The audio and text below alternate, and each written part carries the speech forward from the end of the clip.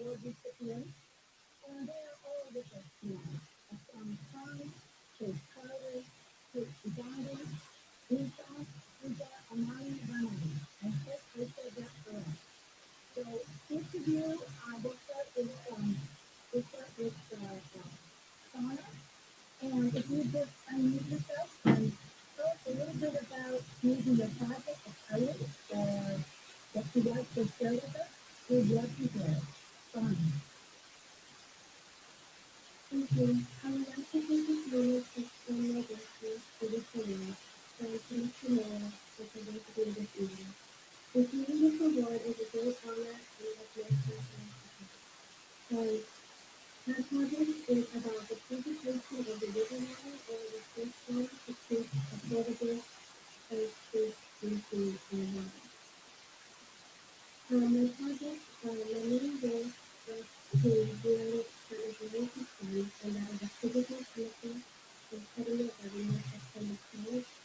I have chosen this project is because I want to be a medical doctor and a girl, and I know these days that other communities who doesn't have access to safe drinking water have died in many years, and I like to help with that. So I have 11 days to donation, so I have a try to prevent it by breast cancer, what you should find out with this. Thank you for your help. Thank you, Sarah. Kate, would you like to say a word?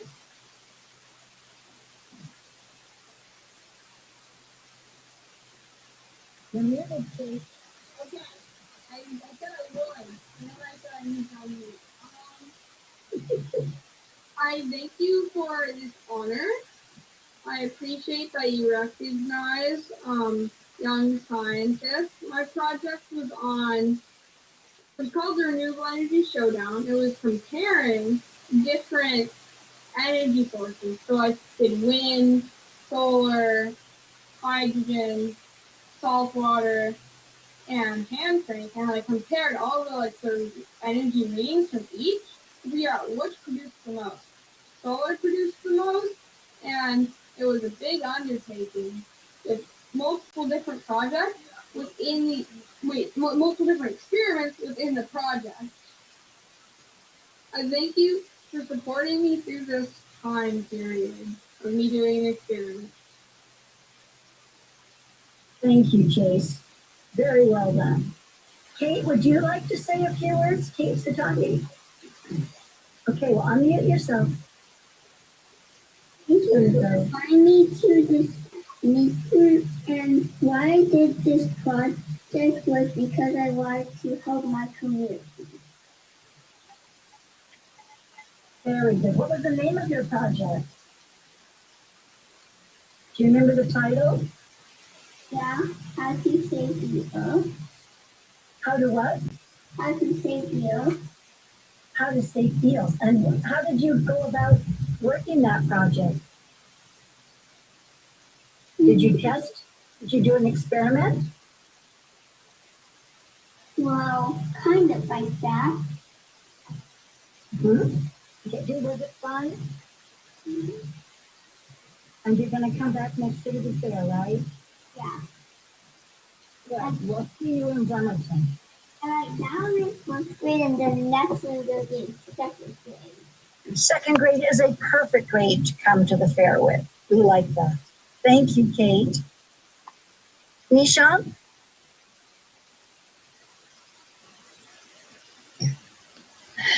Hi, good evening, everyone. Mayor, council members. My name is Nishant, and I am in 7th grade going to Jefferson Middle School, Olympia. My project, it was about saving energy by using far less energy-consuming light bulbs. I compared different types of lights for best efficiency. For example, cities use a lot of lights and thus a lot of energy. If the lights were replaced by LED lights, we can save more energy and less heat to I am very honored to receive this Mayor Award. Thank you very much. Thank you, Nisha. Would council or mayor have any questions for our students? Jennifer. Kate, I'm wondering about your experiment and how you figured we could save the earth because a lot of people want to solve that problem? I reuse coffee ground and I reuse rainwater. That's really smart. What ways do you think that we can reuse rainwater? Catching the rain. Yeah, maybe in our gardens or other ways that we can use it. What do you think? Well, I catch them in 4 different places. Oh, okay. You caught them in 4 different experiment. For her experiment, she caught the water in 4 different places specifically for her project. Great job. Thank you, Kate. Okay, anyone else have a question, or for students, do you have any closing comments?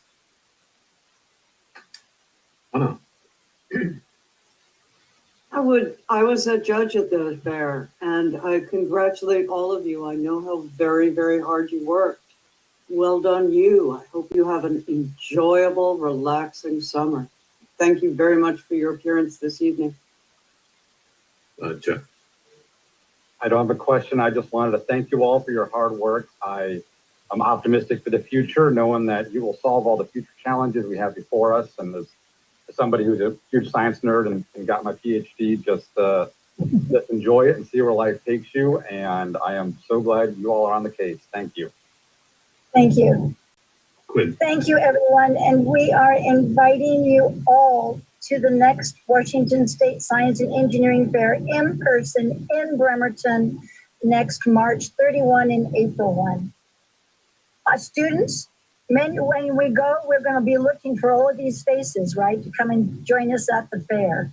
So, right? Before you go, can we entertain one more comment or question from a council member? Is that okay? Yes. Okay, perfect. Council President, I saw that. Yeah, Quinn, did you have a question or a comment? Oh yeah, it was just a comment. Future scientists, thank you so much for coming to our meeting, and more importantly, thank you so much for doing this very important work. It's really, really important, and I hope you guys stay the course and keep in STEM because our world really, really needs it. So thank you so much for your presentation today, okay? Awesome. Well, thank you all. Thank you, Caroline, for making time out of your schedule to present. Students, we appreciate you. You're laying the groundwork for solving a lot of city challenges.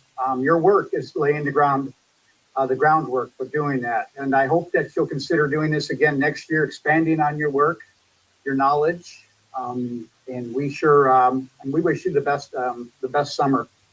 And just thank you for coming out tonight and talking with us. All right. Happy summer. Happy summer. Yay! Thank you, everybody. Bye. All right. Well, thank you. And so we're going to move pretty quickly. Council, thank you, students. Have a wonderful night. And Caroline. So the next up, we're going to move right into the next topic I want to share with you. I'm bringing in WashDOT's representative to discuss the bridge work we have coming our way in the very near future. So Casey, I'll turn it over to you. All right, thank you, Mayor Wheeler. And I guess before I get started, just let me say it's very encouraging to see young folks with such an enthusiasm for engineering and the sciences. Thank you. All right, attempt to share my screen here.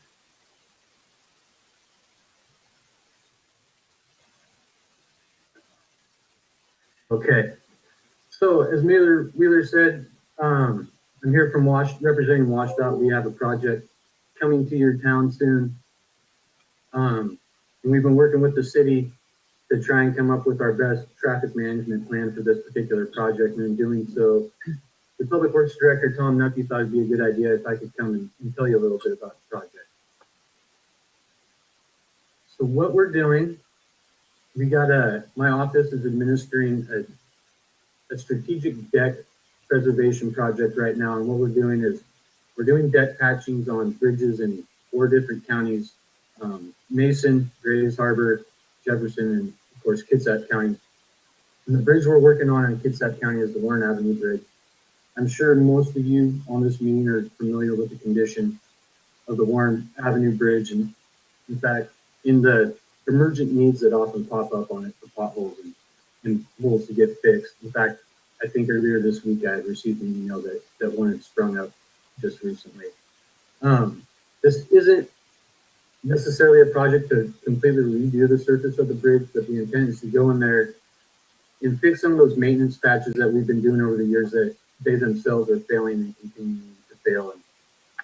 And trying to reduce those emergency repairs that impact the traveling public. So, and then hopefully in a handful, 10 to 20 years, someone that range can come back through with a full deck rehab project and get it a whole new driving surface. So our plan for this particular project is 3 weekend closures. As you know, the Warren Avenue Bridge has 2 lanes of traffic in each direction. The plan is to shut down one side of the bridge at a time over the weekend, and then have traffic in what we call a contraflow configuration on the other side of the bridge. So the first weekend for this work is scheduled to start July 8th at Friday night at 8 p.m. And then the contractors will be out there until 5 a.m. Monday, July 11th. As you can see from the graphic, as I mentioned, we'll have one side of the bridge shut down for work and the other side open to traffic. And then our next 2 closures are on the weekends of the 15th through the 18th and the 22nd through the 25th, the same hours again. And these ones are in the southbound bridges. I'm sure a lot of you are aware the southbound bridge is in a little bit worse condition than the northbound side, taking the additional weekend to work. So our big thing, we're going to need help from travelers to reduce the impact on our highway and as well as the city streets as much as possible. We got a pretty good public outreach campaign that we're just starting up, and we're going to put a pretty dire message out there that if folks don't listen, backups can get pretty bad. We're going to, encourage people to avoid discretionary trips, travel early or travel late, and then use transit or carpool or work from home if possible. We have, I know some of this stuff has gone live on our WashDOT blog today. So that's part of our outreach that begins 2 weeks before construction. I know we're also planning to put some stuff at our ferry terminal to allow informed travelers of upcoming impacts. And then we're also hitting our general social media stuff, and the city had shared with our public information officer some good social media outlets to post information on for folks traveling through Bremerton this time of year. We'll also have construction signs up 8 days before we start work. And I know I shared the webpage with the city of Bremerton. I believe they'll also be leveraging our messaging to try and get the word out there, so as many folks get informed as possible. And then just a little bit of a side information. With this contraflow plan, we thought it would be a good idea. We're going to have our incident response team, who usually hangs out in Pierce County, there during key hours of the work from 10 a.m. to 6 p.m. on Saturdays and Sundays. So if there are any sort of incidents, we can try and get those cleared off the road as quickly as possible. So the one thing that I want to caution is that rain could reschedule the work. The work is weather dependent. I've cut a deal with our contractor. As I said, they are working on other bridges, but I've gotten to lock in that these are the weekends they really are going to try and work on the bridges, the Warren Avenue Bridge, barring any major weather setbacks. And as a note, that they really want to get out there and stick to the schedule they currently have, so that decision could be made as late as like Friday morning, Friday afternoon, if the work is supposed to begin. So that's what I got for you guys tonight. I'd be welcome to answer any questions anyone might have. Vice President Chamberlain. Thank you, President Goodnow. Thank you, Mr. Frazier, for joining us for this project. So I have a small correction for you on your label. You said an arrow was pointing towards Bremerton, the other one to Silverdale. I think District 1 and District 2 want to make sure that you know that you're pointing towards West Bremerton, and towards Silverdale is actually towards East Bremerton. So okay. we don't want East Side to be forgotten there. But Councilmember Chamberlain, we can make those adjustments to our graphic. and so it's going to take part over 3 weekends. Can you tell me, so you're saying outreach will begin at least 2 weeks before construction, and tell me again about your outreach plan. Yeah, so the outreach is, when I talk about the 2 weeks before, that's our social media campaigns and stuff like that. We just posted on our WashDOT blog, which is pretty heavily viewed by the public for travel updates. We have a project website already up and running. And I don't know if it's live yet, but if any of you ever go to our travel center map on our WashDOT page, there's geolocations of where different work is. Those are going to be put up soon. I know we have different social media outlets. I'd have to give my PIO to get the specific ones, but as I mentioned, the city has shared some good outlets to share that information on. Great. We plan on putting some flyers in the ferry terminal, and then as you can see on the slide, we're going to have our construction signs up about a week before it starts. A week before. There's going to be signs out a week beforehand. Okay. Yeah, and that will include PCMS boards, portable changeable message signs.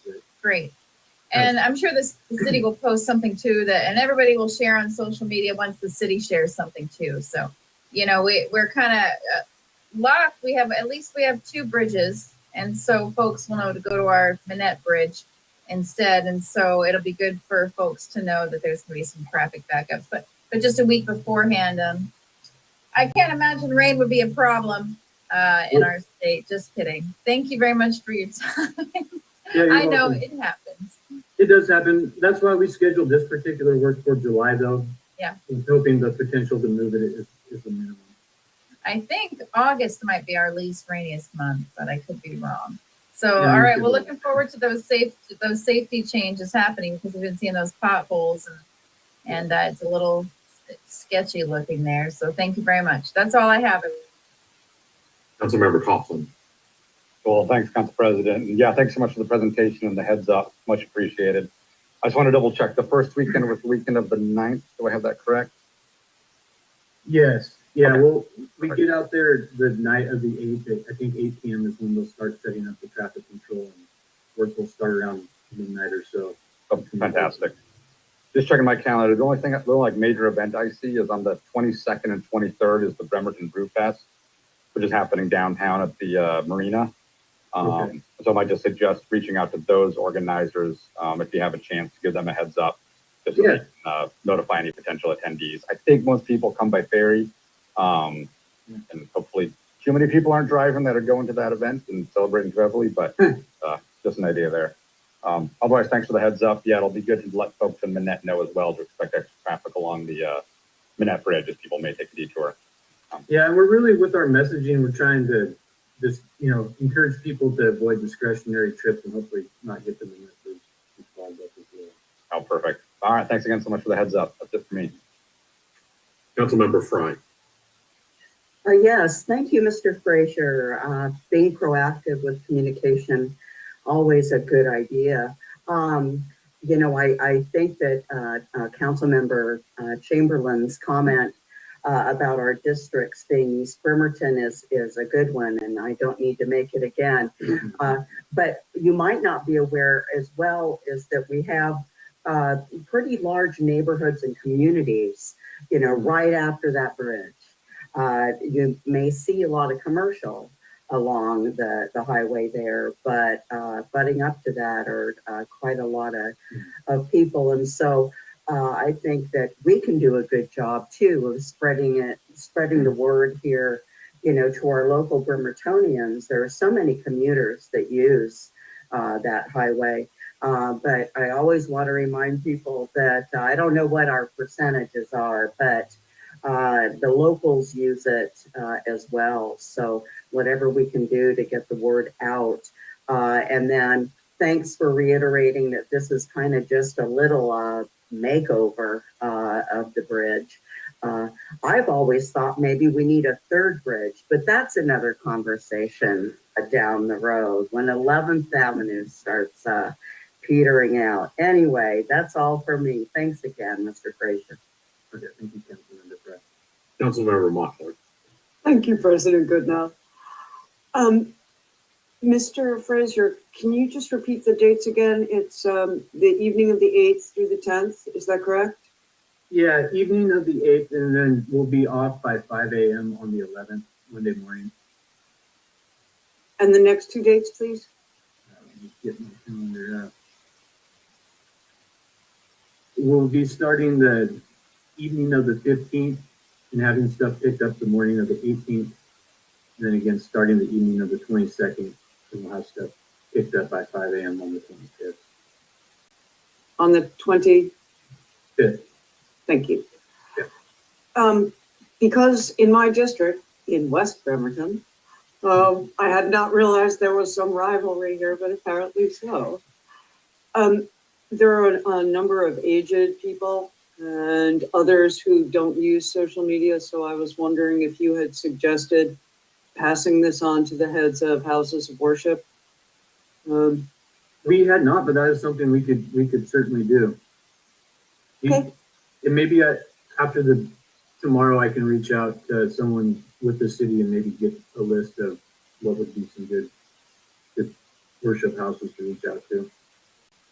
Thank you. Thank you for doing this. Thank you for giving us a heads up about it. Vice President Chamberlain. Sorry, I forgot my other point I wanted to ask about, Mr. Frazier. So this is my neighborhood. So I take those off ramps and on ramps daily, multiple times a day that are right off the on the East Bremerton. I cannot let it go. There is a rivalry, Councilmember Mockler, East against West.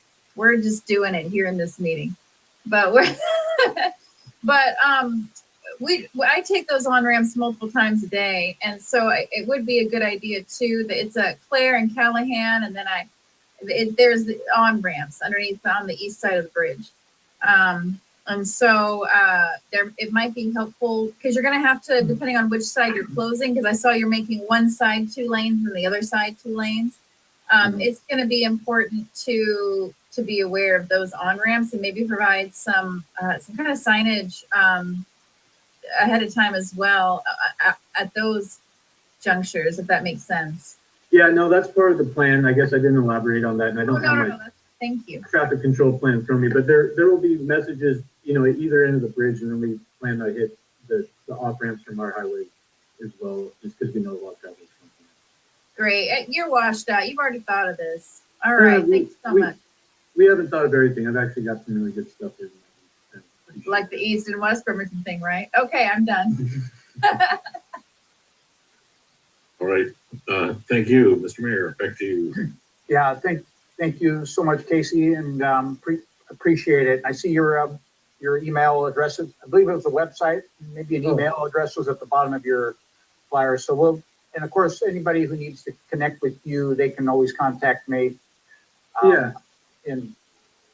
So thank you, sir. Yeah. All right, thank you. All right, so a couple more items tonight, City Council. Next slide, please.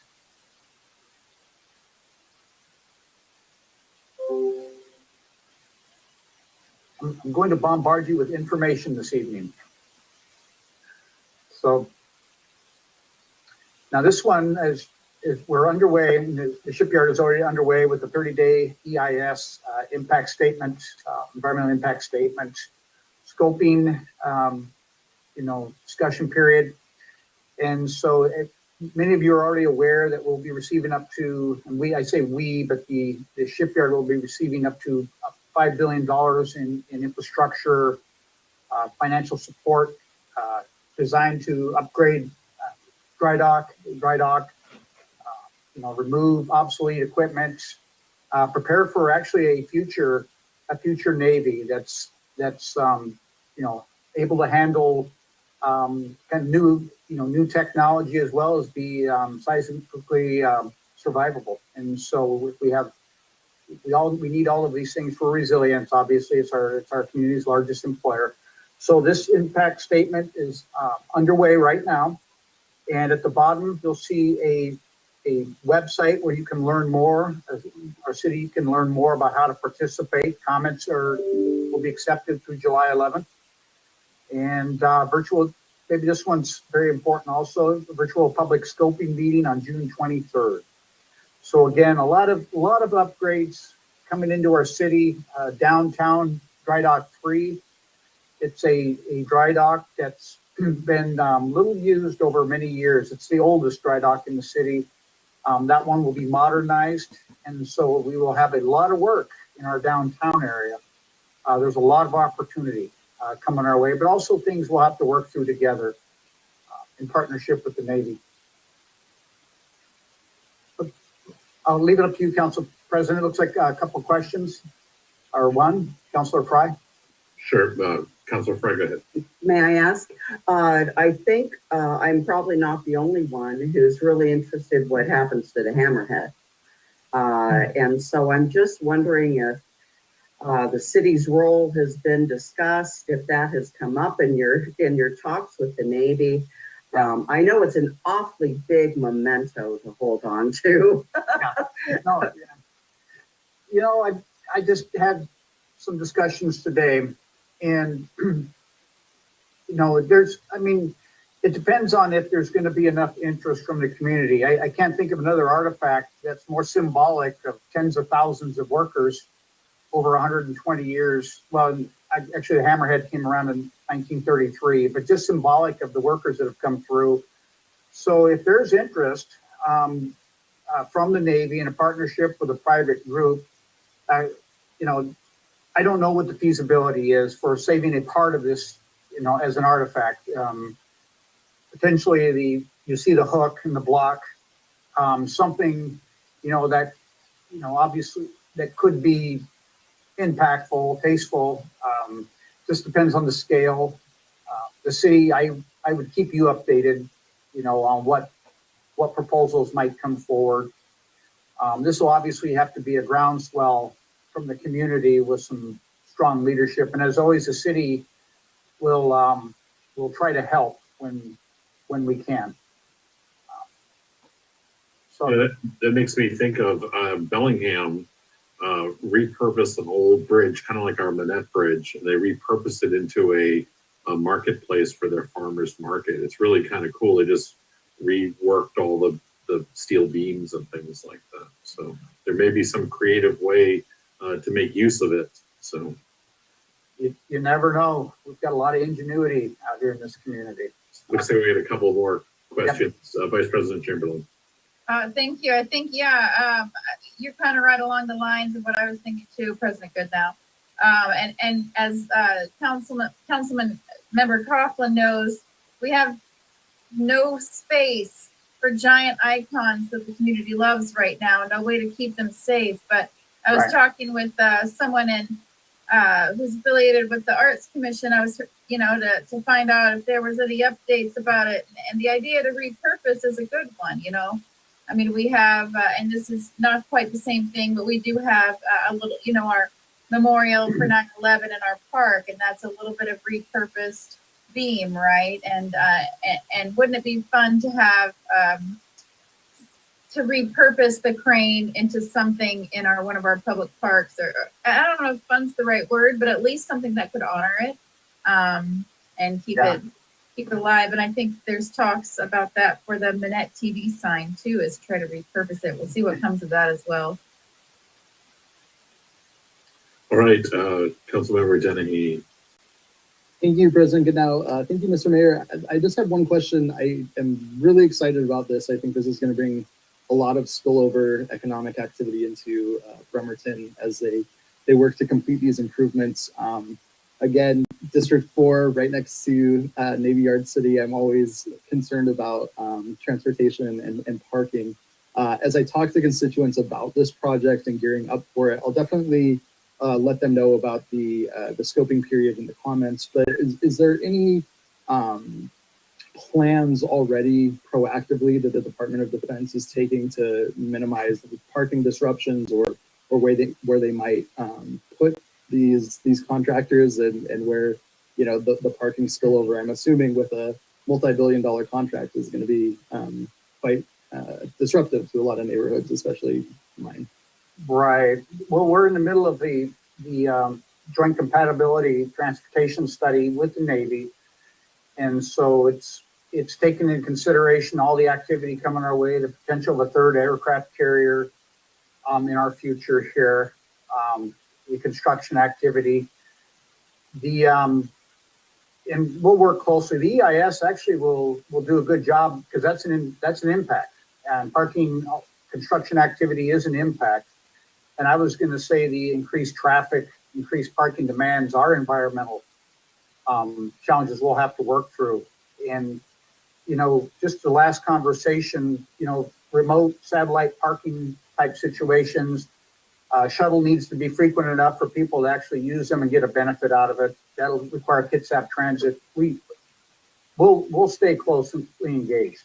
And I hear you, Councilor Dennehy, there will be, with this much economy happening, we'll stay engaged. We've already got a good worker driver program in the city. It's an outstanding way to commute into and out of the city when you're a shipyard worker. And so, you know, we'll be looking for ways to incentivize that, you know, partnering together to see if we can get more people to take it. I mean, it's, so a lot to come on that. And just to manage everybody's expectations on the Hammerhead, you know, we talked about the TV sign, Minette TV sign, and we couldn't feasibly find a spot where this would be a fit without, you know, and make it safe and to, you know, where it wouldn't impact a valuable open space that we have for parks lands or green spaces. Safety is always an issue. Preservation is always an issue. Of course, how does it fit into our natural environment, which we try to protect? And so, you know, I would always and if you look at how massive this crane is, I mean, that just dwarfs the idea that we might, you know, even if we had challenges and couldn't come up with a way to, on a publicly display a TV sign, Minette TV sign, imagine this crane. My thought is it'd be a small piece, small but significant piece with a little bit of history behind it that, you know, could have a place in our future. I've already said my, you know, if we say goodbyes, I've already done that. It is a part of our past that supported everything that got us to where we are today. There will be future equipment needs. There's going to be things that are going to be impactful to people's lives coming from this next retrofit of the shipyard. That will, and that's going to provide the jobs, our resiliency. So I don't want to give anybody I don't want to mislead anybody into thinking we're going to take this and lead with this. This will take a significant effort from a private party or the Navy. I mean a big time one, funding, how they do this, for anything to be preserved. And then if it really gets far along and it's well vetted, you know, we'll see if the city can help, because that's what we always try to help when we can. You know, don't know what else to say. It served us well, and it's obsolete now.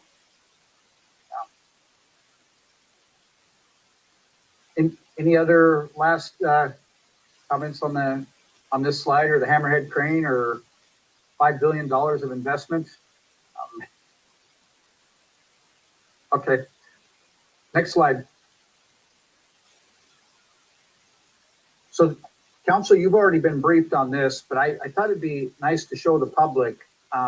This pretty significant safety project coming into in livability project coming over to East Bremerton. And Elmira, if any of you have ever walked Elmira, you know what it's like. There's culverts on each side of the road and there's shoulders. And so starting at the Ivy Street area, this project will start heading south, heading towards Sylvan, and of course continue on Sylvan down to where View Ridge is. And just really pleased to present this to you. This is a great job by our public works staff. This is part of the 303 study, corridor study. We knew there needed to be safe alternative routes to get to north and south of East Bremerton. And these will be the cycling and pedestrian oriented route that people can take, which is what we're all trying to promote. So I wanted to share that. You can see design schedule 24-25 and construction 25-26. All right, and next slide. We're still looking for input on this. As you know, we want to recognize the gaps. We want to recognize what's being done well so far. Cable, internet, broadband services, needs and interests of our citizens. We're extending this a little bit longer to capture as much information as we can. So until July 31st, please encourage folks to offer their input. This will drive the future of these services in the city. Okay, next slide. And this last but not least, Bremerton again has been awarded an outstanding treatment plant performance award and for wastewater. And so I wanted to share that this is it's just a level of excellence that is recognized. And it's out of over 300 plants, only 124 achieved this. And I wanted to share with you that the City of Bremerton, once again, was one of those. And just to give a public congratulations to our wastewater division team. And that is it from me tonight, Council. All right, thank you, Mr. Mayor. Up next is public recognition. I'm sorry, no, it's not. We've switched the order. Up next is the consent agenda. Thank you, President Goodnow. For approval on the consent agenda are the following items. A, claims and check register. 1, check numbers 398546 through 398686 and electronic fund transfers V35337 through V35400 and the grand total amount of $4,228,619.16.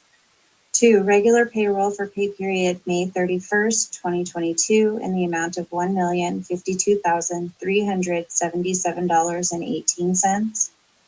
3, regular payroll for payouts for May 31st, 2022 in the amount of $29,614.30.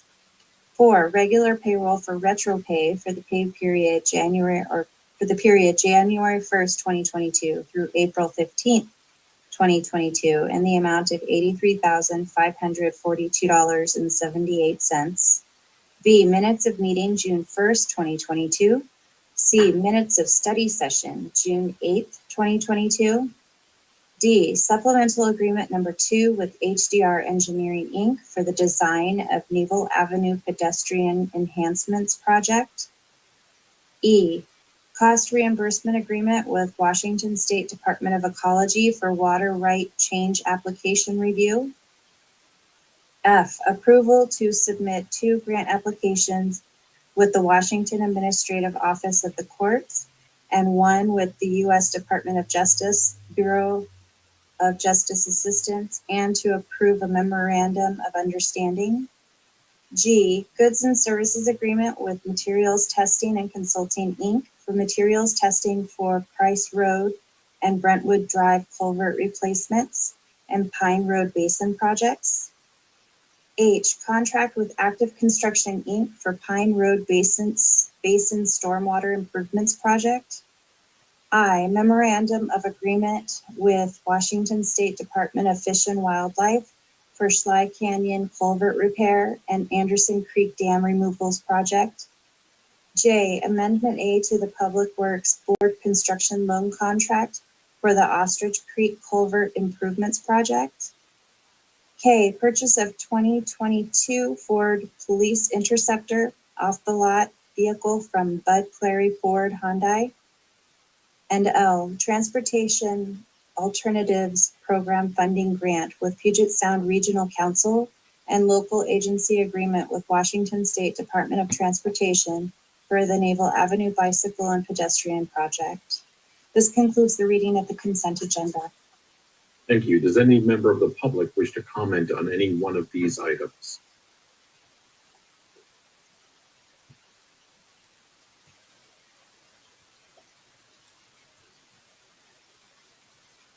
Does any member of the public wish to comment on any one of these items? Seeing none, we'll go to the council for a motion. Vice President Chamberlain. Thank you, President Goodnow. And thank you, Ms. Hoover. You made it all the way almost to the end of the alphabet with that. I move to approve the consent agenda as presented. Councilmember Mochler. A second. Okay, we have a motion and a second. Call for the question.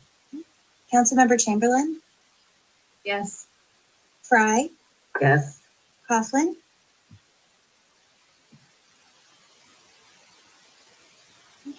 Yes. thank you. Dennehy, Yes. Mochler, Yes. Younger, Yes. and Goodnow. Yes. Motion carries unanimously. Okay, next on the agenda is public recognition. I'll send that back to you, President Goodnow. Okay, public recognition provides an opportunity for attendees to address the council on any city-related item that is not already listed on tonight's agenda. We only ask that you please state your name for use in the meeting minutes and that you limit your comments to under 3 minutes. With that, I open for public recognition. Mary Lou Long. Good evening, council members and Mayor Greg Wheeler. I'm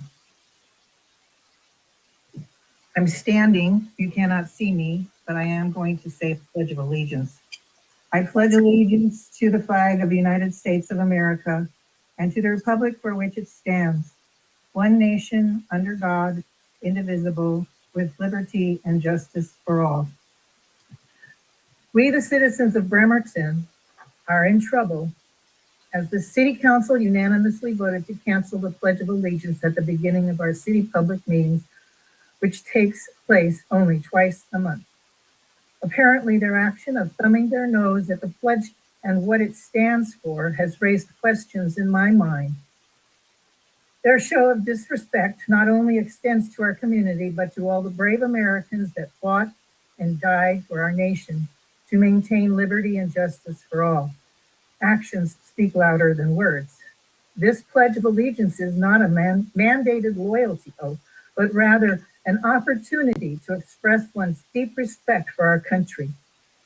One has to question your values. What an honor it is to represent the city. Now, you're breaking a long-held tradition, not honoring the pledge is a sign of disrespect. You've offered poor excuses for why you're doing this, which insults the sensibilities of the citizens of our city. All the sacrifices of our young men, living and dead, are embodied in the pledge.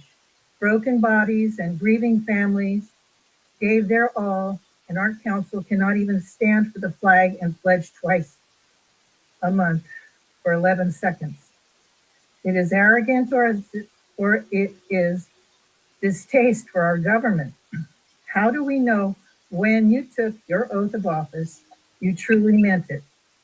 Pledging to stay united and to seek liberty and justice for all are principles we should all agree on.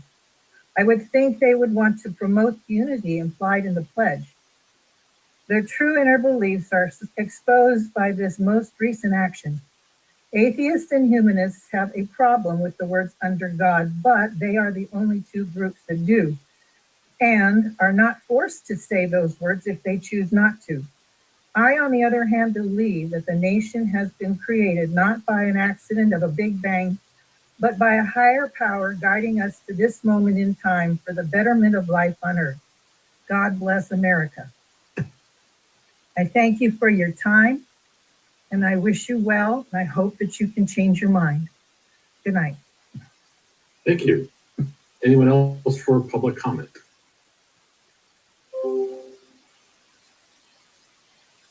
Is there anyone else for public recognition? Jeff Campbell. Hi. Boy, I thought I was going to have to redo this when I saw there was going to be a bunch of children in the audience. Because these are pretty tough things to talk about. So here's the thing. We need a Red Cross level refugee camp in downtown Bremerton. We've needed it for 5 years now since I've been here. People need toilets. They need showers. They need laundry facilities. They need food. They need water. All of this in downtown Bremerton. That has been going on for years now. And we're going to need this camp set up for probably the next 2 years. In 2 years, we'll be able to see how your whole multifamily tax credit pans out. In 2 years, we may be through the bulk of the eviction crisis that is about to hit you people. That's coming. I'm sorry. It's just, you see suffering, unnecessary suffering, and it gets to me. And the thing is that we've tried it your way, Mayor. We've tried the hard hand approach. We've tried giving people tickets. We've tried taking away their tents. We've made sure they didn't have restroom facilities. We've formed alliances with the Marvin Williams Center and the other businesses downtown to say nobody gets to use the bathrooms down here. And then you complain because there's feces and there's urine everywhere. What is wrong with you people? Okay, it's focusing on you. Maybe you can't do anything. I don't know. And that's, if you can't, I'm sorry. But we can. The community can. Get out of our way. Let us do it. You've run off charities that were trying to feed the people down there. We pick up trash, you start arresting people. Whatever we do to try to make the situation better down there, you guys come up with these Gestapo tactics. Look, you don't want to fix the problem, fine. Just get the fuck out of our way. Thank you, I'm done. Point of order.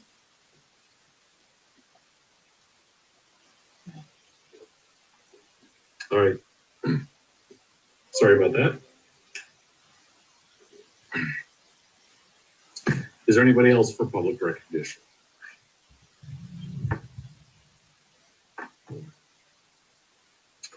With that, we will close public recognition.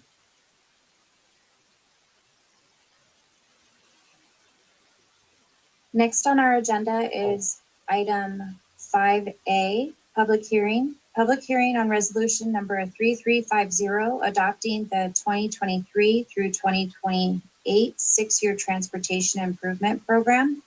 Our presenter tonight is engineering project manager Vicki Grover. Good evening, council members and members of the public. I'm wondering if IT could put my presentation up, please.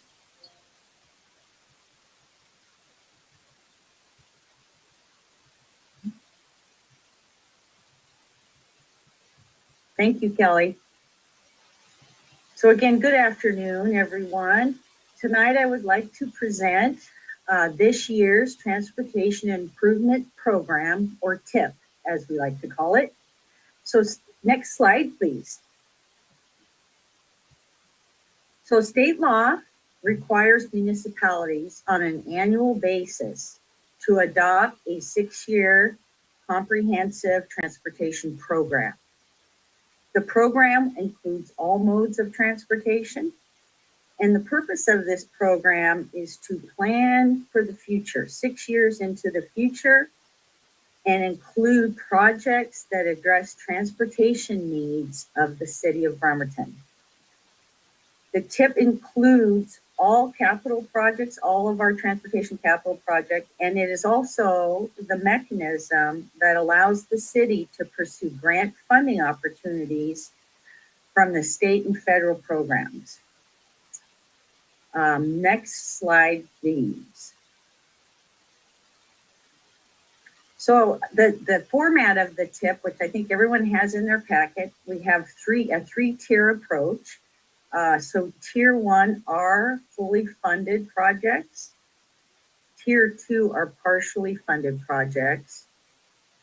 And then the longest list of all tier 3 are our non-funded projects. The TIP is strictly a planning document. So the dollar amounts that are shown are purely estimates.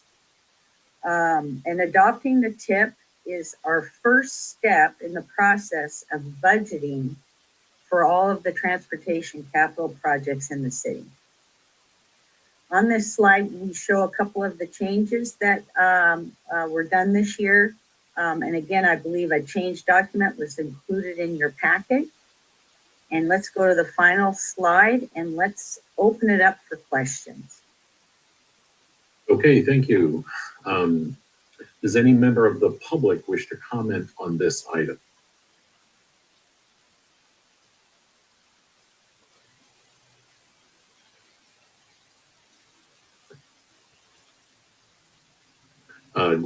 Jim McDonald?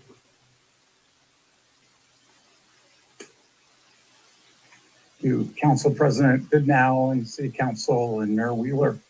I've sent you several information emails regarding proposal for the Minette community. I think the important thing that I want you to know is that Minette is already defined as a center from our comprehensive plan. Comprehensive plan for the Minette area says, you know, we want it walkable, we want it bike laneable, and other amenities that a center deserves. While we have done some spending on East 11th, the Scott Avenue and Pitt Avenue sections are almost primarily commercial properties, and it looks like a warehouse district. There's no sidewalks, there's no parking defined, and the area, based on even city priorities, should be included in your TIP plan to meet the comprehensive plan goals. So I'm asking you tonight to include at least the feasibility study and some design plans to include fixing these two streets that are business focused, provide taxpayer revenue to the city, to make Minette look like the business center we've defined in our comprehensive plan. I appreciate your support. Thank you. Thank you. Is there anybody else for public comment?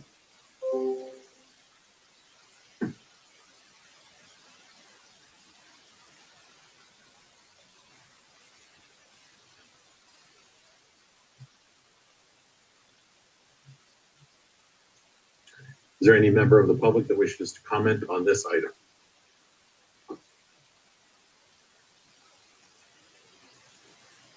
All right, seeing none, we will close the public hearing. And we will go to the council for a motion.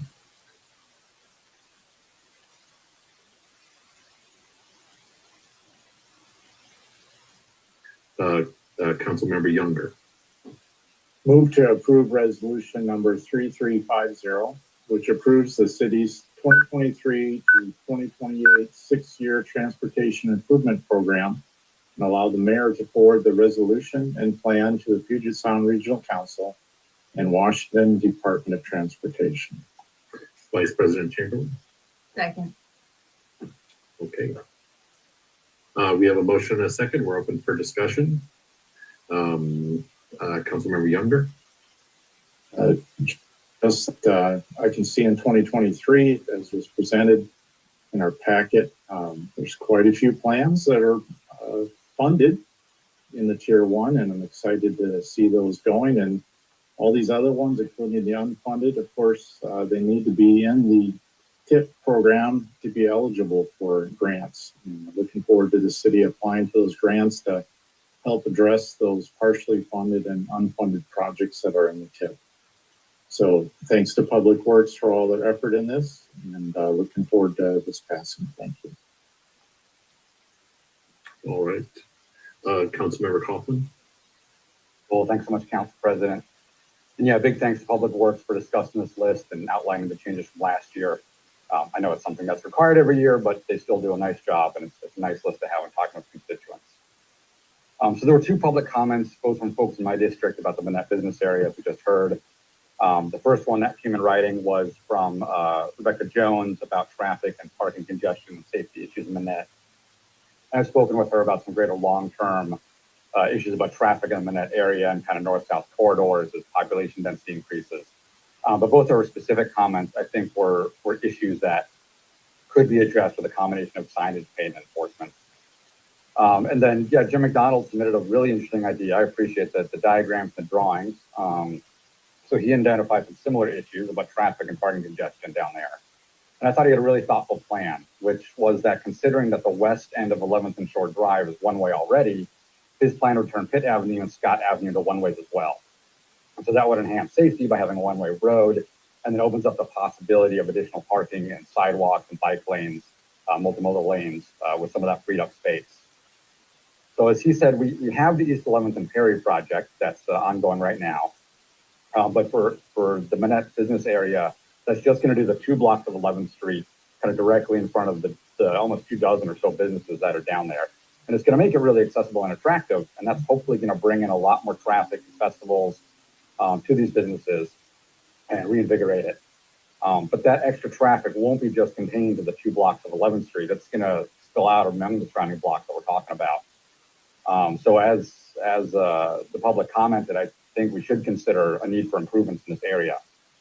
So taking that into account, the whole point of a public hearing is to get feedback that helps us with this list. And kind of what's the point of a public hearing if we don't ask for feedback, we don't act on it. So I think combining this feedback is a really feasible project to consider here. It has a reasonable scope. That could be some simple signage and improvements, but ideally would consider the full rework of one-way streets, sidewalks and bike lanes, multiple improvements, as Mr. McDonald suggests. And I don't see anything currently on the list really covering this proposal.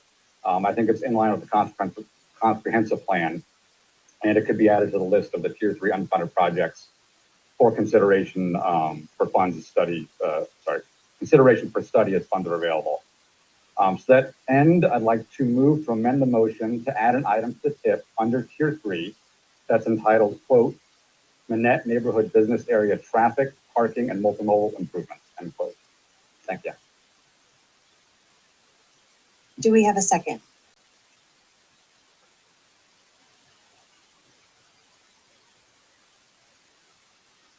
You know what? I'll second it. Okay, so it's up for discussion.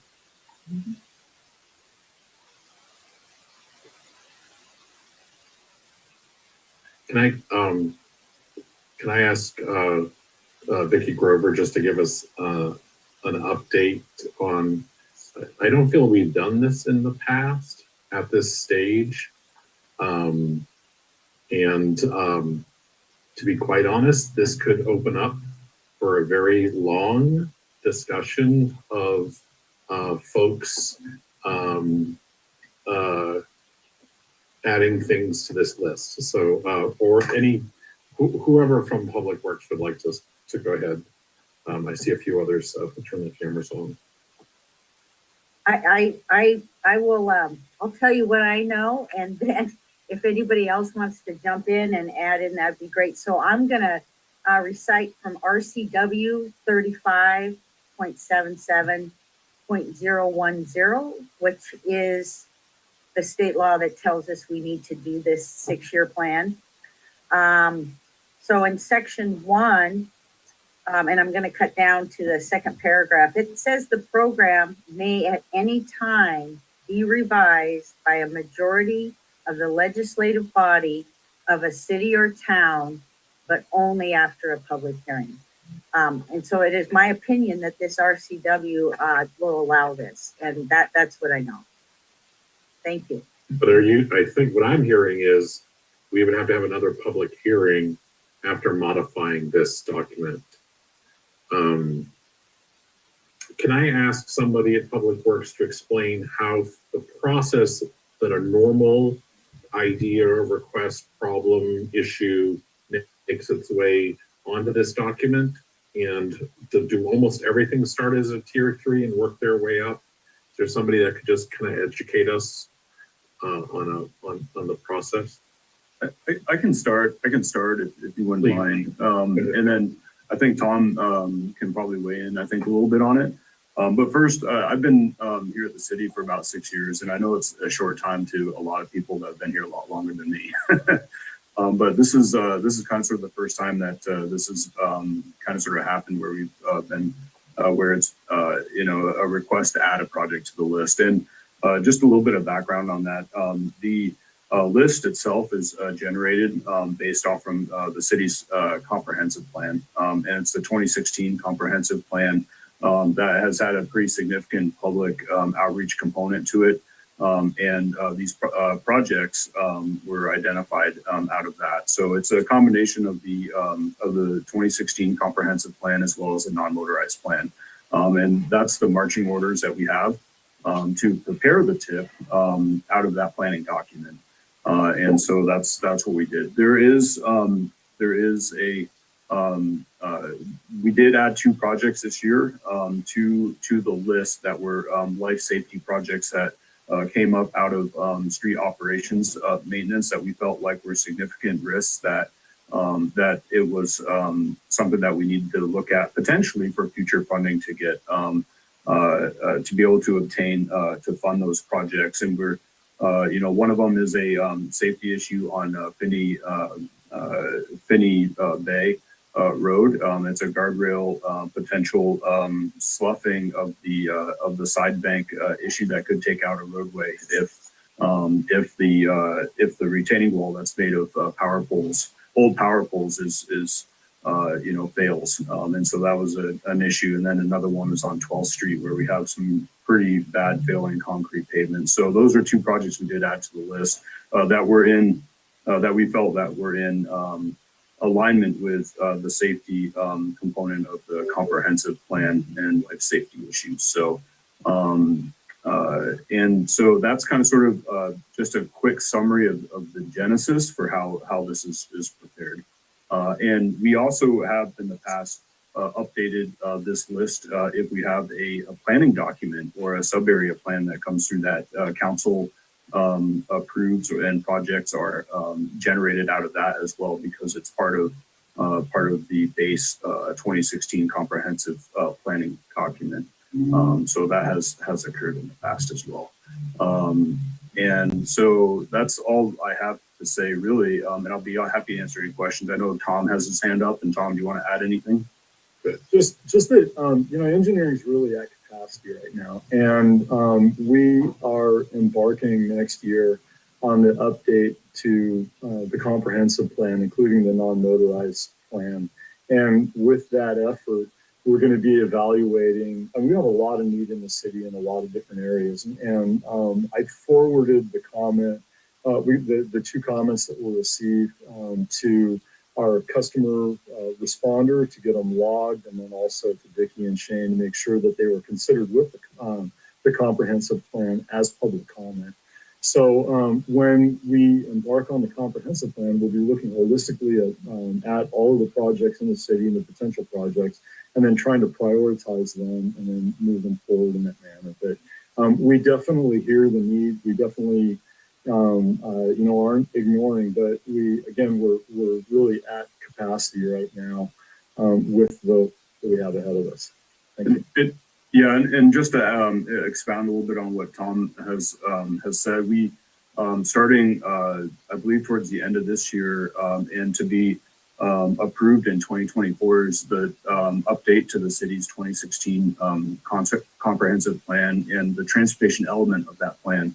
And as part of that process, there's going to be a significant public outreach process. So how we've handled these requests since I've been, in the past is if we get a customer response ticket that says, hey, I want to add this project to the list, and we get them pretty frequently, especially on the transportation side of things, because there's a lot of need in the community for sidewalks and pavement preservation and that type of thing. What we do is we say we hear what you're saying, but it's not a project that we have on the list that has been approved by council, and therefore what we'll do is we'll add this as feedback to consider for the next comprehensive plan update, which is pretty soon here. And then that gives it a good weighting and a good footing on all the requests that we get to go through the same process, and we're not treating anybody any differently in that regard. And there are some things that come up, like I may get a sign request for parking, or I may get a sign request to add always stop, or some minor traffic issues here or there that we do are able to respond to, as time allows. That may be putting in some pavement markings or a sign here or there, and we try to get to those issues because they're pretty easy for us to take care of, and in general just low cost. So we try to do that as we have time allows. That type of thing, those minor projects aren't the type of thing I think that would be in a comprehensive plan, project list. So with that being said, yeah. Tom, anything else to add on that part? No. Okay, so any discussion from council now is just about the motion that Councilmember Coughlin made to add the project of concern in his district. So I'm assuming everybody has their hands up to discuss that. Vice President Chamberlain. Thank you. And I think, and what I appreciate, thank you, President Goodall, by the way, and thank you, Councilman Coughlin, because I think that part of the purpose of this motion, and I can't speak for you, but I am just saying, there's so many constituent requests that are unheard, and this is a plan that goes out into 2028, and so many of our constituents' needs are unmet. And I appreciate learning about this process and learning about the option that we have as council to bring additional projects into priority. And so thank you, Councilmember Coughlin, again for that. It's a learning opportunity for me. And I want to stay germane to the topic because I don't know that I seconded the motion because, and I don't want to drag it on forever into a discussion, but it is a good discussion to have. Because I've been worried about Pine Road. I have a ton of feedback from people who talk about how unsafe it is, and I don't see it at all on the 2028 plan. And so I don't necessarily agree that that the Minette project should happen because I don't know the priority. I don't know how the priorities are assessed. Really, I know there's traffic studies. I know that there's a lot of variables that go into deciding what projects Public Works is going to, take on. But I just feel like if there's an outpouring of constituent requests, if there's a safety need that our constituents are expressing, that it should be honored. For instance, I've got feedback that says, that people have to lack of sidewalks. We routinely see people walking in the road at night. Seeing it gets muddy on the way to Blueberry Park. Seeing people pushing strollers. I have to walk the fog line because there's no sidewalks. Forcing walkers and bikers to stay on gravel and uneven surfaces of road. So there's a lot of our constituents have needs. And I would like to see them represented in a way that sometimes I feel is not present in the plan. Like I really respect the thoughtfulness that goes into your plans too. I mean, Shane, your white papers, you should train people on those white papers because they are a thing of beauty. You do a good job with it. I think our larger concern is how do our constituents' needs and concerns get addressed through public work. Thank you. So that's it. That's really all I'd like to say. Can I ask for a clarification? This document is not the Public Works work plan, right? This is the plan that is eligible for funding through PSRC. Is that a correct statement? Yeah, that's correct. That's not our work plan. It's a project list that, planning document for us is what it is. Okay, so there's a lot of unfunded projects, and I think that there's projects that are missing that our constituents would like to see on there rather than others.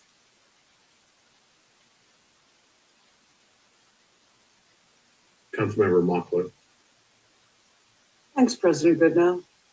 So just to be really brief and keep things moving, who among you can tell us? Please remember that 5 of us were not here last May. What is the procedure by which Councillor Chamberlain's constituents' concerns about Pine Road, my constituents' concerns about a number of streets that I won't list right now? How do we go about getting them onto the tip for some future consideration? What is the process by which we can do that? It's typically the comprehensive plan is where those concerns would be brought up. You'd have a public outreach process. At the end of this year and next year, we're working on the update to the comprehensive plan, and Vicki is going to be leading that up. And it's going to be a non-motorized plan update with our transportation capital plan. And so that process is the process to provide feedback from residents and from council to be able to update the comprehensive plan and the non-motorized plan for 2024. That's typically the process. And I think they're, and I wish DCD was on here because I know that they have updates here and there on certain things, but I'm not sure how that relates to this particular item. And Tom, I know you have your hand up. So Pine Road is on the tip. It's on page 2, about the 8th or 10th project down from the top. And there's also a Pine Road street light project on the bottom of page 2 as well. I mean, there's a lot of need. This is a pretty comprehensive list. Okay, well, I regret now that I didn't list all the things in my district that needed help. Just joking. Mr. Weber, Director Nucky, all the other teachers get to go home and enjoy the summer, but no rest for the wicked. Thank you for educating us. Councilmember Fry. Yeah, I think, boy, we're going to have high expectations for that comprehensive plan.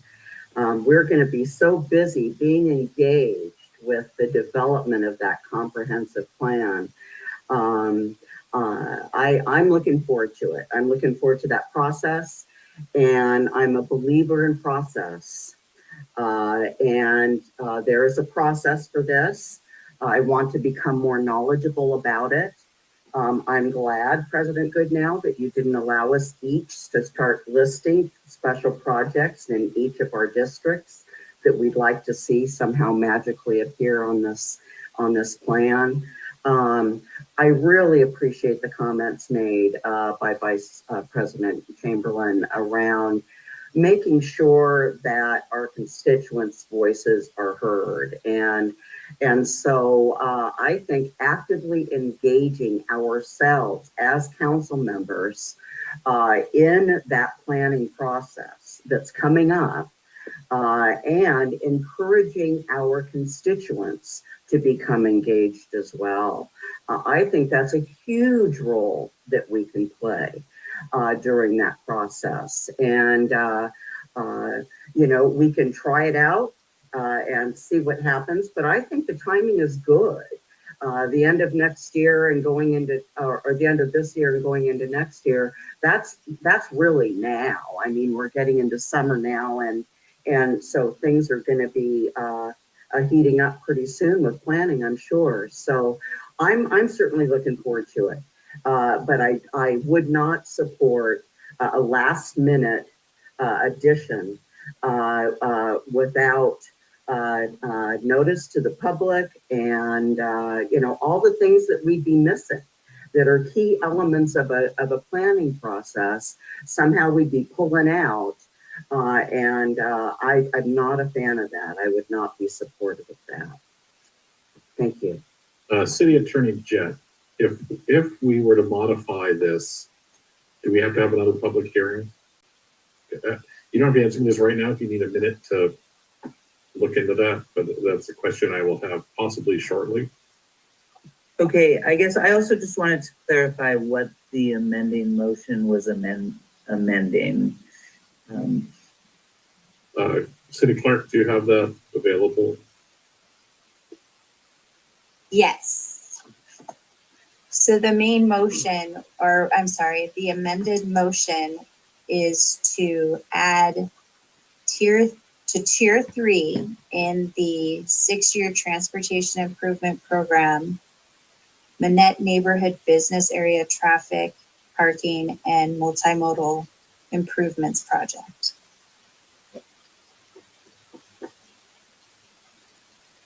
So it's really changing like an addendum or a supporting document. Right, and I guess that's the part that I'm struggling with a little bit. Me too. Okay, well, if you want to take a moment, and I'm gonna go to Mayor Wheeler next. Yeah, thank you, Council President. Just, I just want to make sure we're all on the same page that you saw the cost of a complete redo of a street at $4.2 million estimate on Elmira from Ivy to Sylvan, from Sylvan down to where View Ridge is.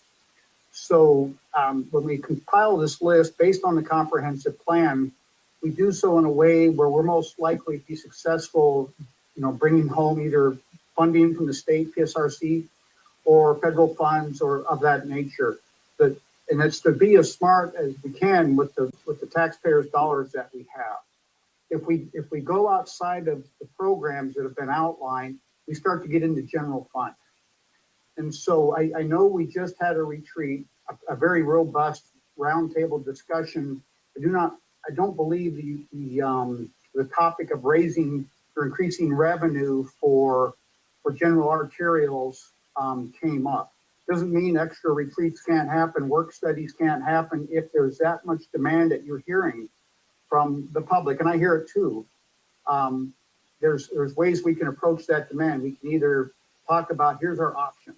This is what we can do to expand our capacity, and this is how we plan today with the dollars we have. It's about just being effective and efficient with those dollars, trying to do the biggest bang for the buck. And that's it right there. I get Pine Road. I've walked it.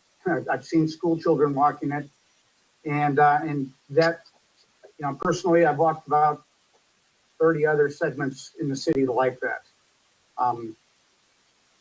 Yeah. So, thank you, Council President. Thank you, Councilmember Coughlin. Well, thank you all for discussing this. I appreciate it. Just want to clarify, last meeting, study session, I asked, why are we having a public meeting? And if we hear feedback, can this be updated? And the answer I got was yes, council can update it. So that's what I'm acting off of.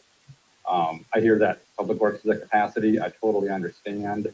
But I'm responding to public comment here. It's not just me requesting it. We had 2 public comments come in, and so that's why I'm proposing this. And even though at capacity, it's already a pretty long list in that tier 3 list of projects there. I know not all of them are going to get done tomorrow, but the reason they're on there is because they're projects that could be funded.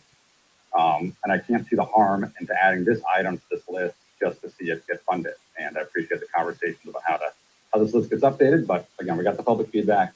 I made the motion. I don't think there's any harm to adding it. And I think this particular project is more urgent with the extra traffic we already have down in Lower Minette. It's a core business area. I think it's vital to the city. And I don't think it can wait to get on this list for another 2 years. I think the scope's manageable. We had a good idea. It's just fun to study it and see what can be enacted, whether large scale or small. But I just go back to, why are we having a public hearing for this item if we can't make any changes? And so again, I ask you to vote for this amendment.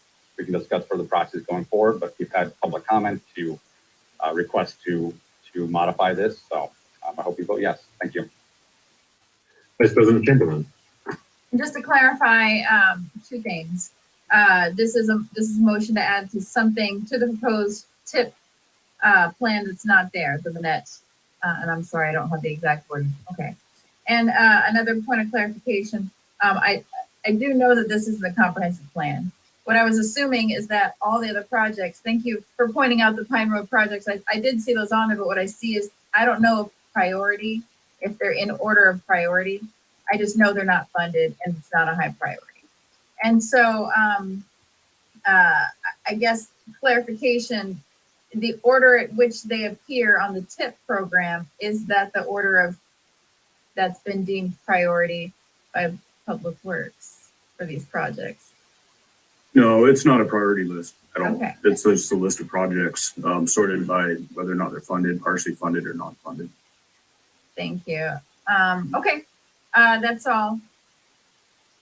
In fact, I think they're sequential within each category as to when they entered the slate, sort of. Councilmember Mochler. I will be as brief as possible, President Goodnow. Just standing up for Shane Weber here and all of Public Works, that every change you contemplate making to a traffic pattern has to be part of the manual of uniform traffic control devices. It needs an investigation, because if you do something in one place, it can affect something somewhere else. Am I correct so far, Mr. Weber? Yeah, that's correct. When you're changing traffic control devices or traffic control for whatever reason, it needs an engineering evaluation to it. And the other thing I'd mention, turning streets from a two-way to a one-way street requires council action at the completion of an engineering evaluation. Thank you. Councilmember Dennehy. Thank you, President Goodnow. I have a question. I'm not sure if Mayor Wheeler or Director Nucky or Mr. Weber is the correct one to answer, but I want to make sure my vote here is informed. If we're adding Councilor Coughlin's project to the tier 3, is this akin to just like a wish list that we're presenting to PRSE and WashDOT, or does it actually have funding implications where it's going to be taking dollars away from something else that's on that list? It used to be described as a wish list, and I really hated that. And this used to be like $300 million worth of projects with no priority at all. And I think it was 2 or 3 years, can't remember how long ago, we established this new format, which I really like, where we just established the 3-tier structure to identify, where projects are on this list, whether we have them funded, whether we're been successful with partially seeking funding, and then everything else that's in here. So you could add the project to the list, but we'll get to it. And if it's not on the list, we're still going to get to it. We're going to. We've received your comment. It was heard. It has been added as a comment for the upcoming comprehensive plan, and we're gonna work on it. But we need to balance that against the rest of the workload that we have. So whether it makes the list or not, it's not going to get done any sooner. Just the reality of where we're at with our ability to deliver projects. And quite honestly, I would consider it already on the list as part of the update to the transportation comp plan and the non-motorized transportation plan as a comment to those documents. So just a follow-up to that. Thank you, Director Nucky. And just a follow-up to that to make sure that I really understand it is you're really trying to limit this list to like what will actually be happening in those years so that you're not just inundated with an entire wish list, which used to be the case, so that you're actually prioritizing the things that will be done. Is that right? The tier 3 projects are very, very robust, and all of those projects won't get constructed in any of our lifetimes. Even the kids that were on earlier, because there's $300-400 million worth of projects that goes on and on and on. The main thing that I take from the tip is if there's a project that we want to pursue funding for, we make sure we put it on the tip, because it has to be on the tip in order for us to pursue grant funding. That's really the biggest thing. Really what we're doing, this is, we're checking a box for an RCW requirement with our metropolitan planning organization and WashDOT with the adoption of the TIF.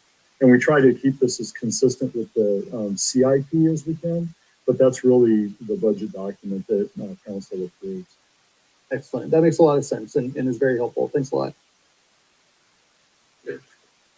I have a question. The nature of these things on this TIP, are they just concepts as we've discussed tonight?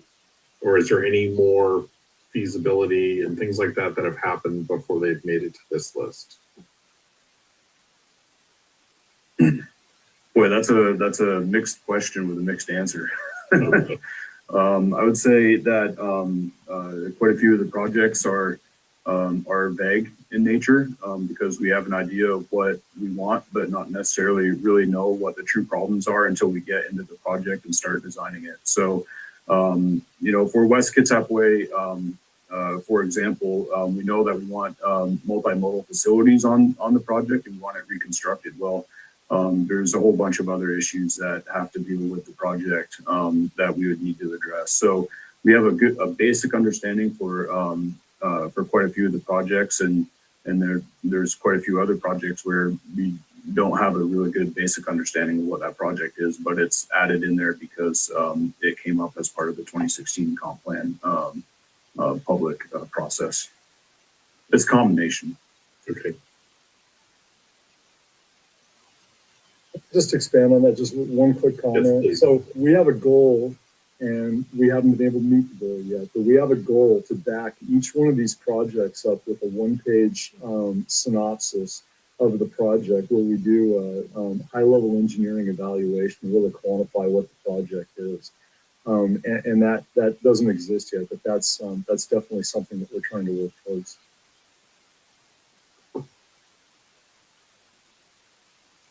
All right. I think we have talked about this enough.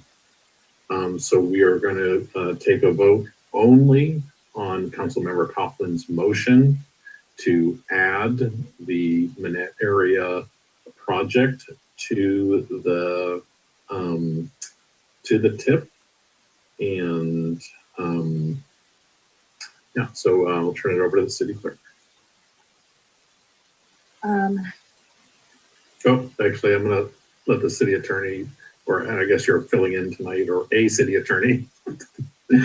So, Assistant city attorney, yes. The motion, I don't know that, I think, and I don't want to speak for Councilmember Coughlin, but I think the goal is to amend the Exhibit A to the resolution. And I'm not sure that the motion as it currently is does that, but again, I don't want to speak for Councilmember Coughlin. As it is currently presented, it would be, I guess I just want to read for the council what if this passed, what the amended motion would be.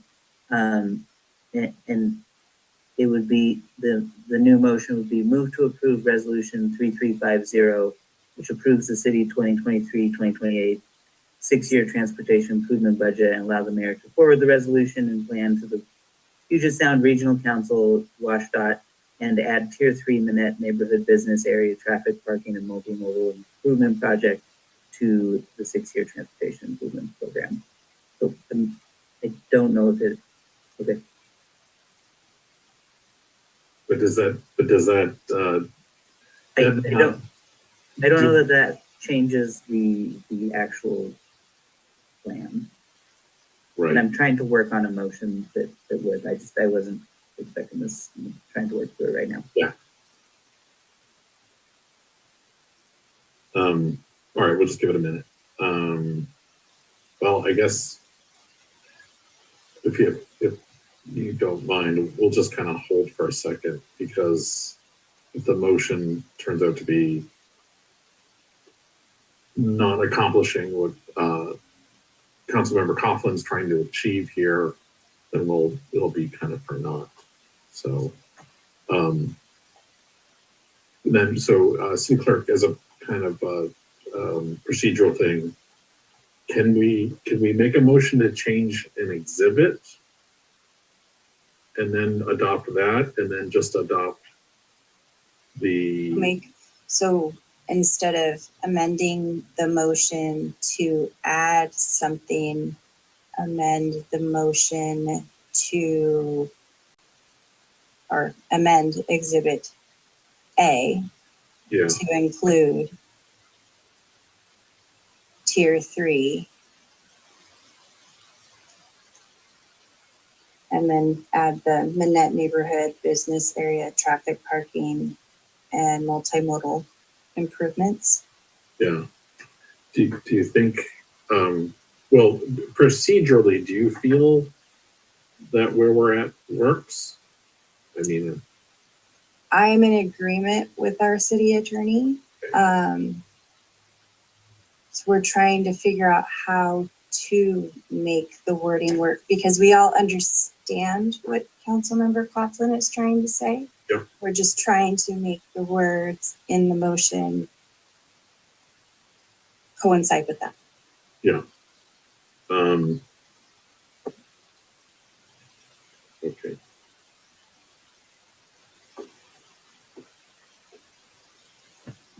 Go ahead if you have an update for us. I was just going to say, if Angela will agree, I think that there would be a motion to amend the resolution, the exhibit to the resolution, and then you would vote on the resolution, on the actual motion. But that may be the cleanest way to do it, is to have a motion to amend the exhibit to the resolution, and then a vote on the initial motion. But okay, I would defer to Angela about the procedure for that. Hold that thought. I want to see what Director Spencer has to say. I'm just on the fly looking at our 20-year comprehensive plan. And within the 20 years, so think about this as the comprehensive plan for the next 20 years is going to contain all of these concepts. And so just very quickly on the fly, I'm Googling, trying to find the project list. And that is a giant list of all the projects that needed to be done to accomplish the vision and goals of the plan. And within that list, usually we take that and we scope it down. And that's usually the 6-year TIP. So the projects that we know that we're going to get to, we know that are going to be eligible for PSRC funding, those are the things that make it to your TIP. It's not that everything in the kitchen sink, that's usually what's reserved for the comprehensive plan. And so I've just been cruising through it as quickly as I possibly could. There's in the 20-year plan, there is an evaluation of the Minette circulation where we can evaluate Minette, come up with the right kind of conclusions. And I don't want to step on Shane's toes here. What they would do is take a look at that, come up with some strategies about how to deal with that. But it's in the overall 20-year plan, and it just hasn't come to the point where it's going to land on the TIP yet. So I'm not trying to step on Shane's or Tom's toes here, but I feel like we've got some stuff in the comprehensive plan already. It's the giant list, and what we're trying to do is get it down to a shorter one with the TIP, and then the 1-year plan is what you're going to actually be doing. So I feel like we've already got some strategies in there in the 20-year plan. Yeah, we're just trying to figure out the vote.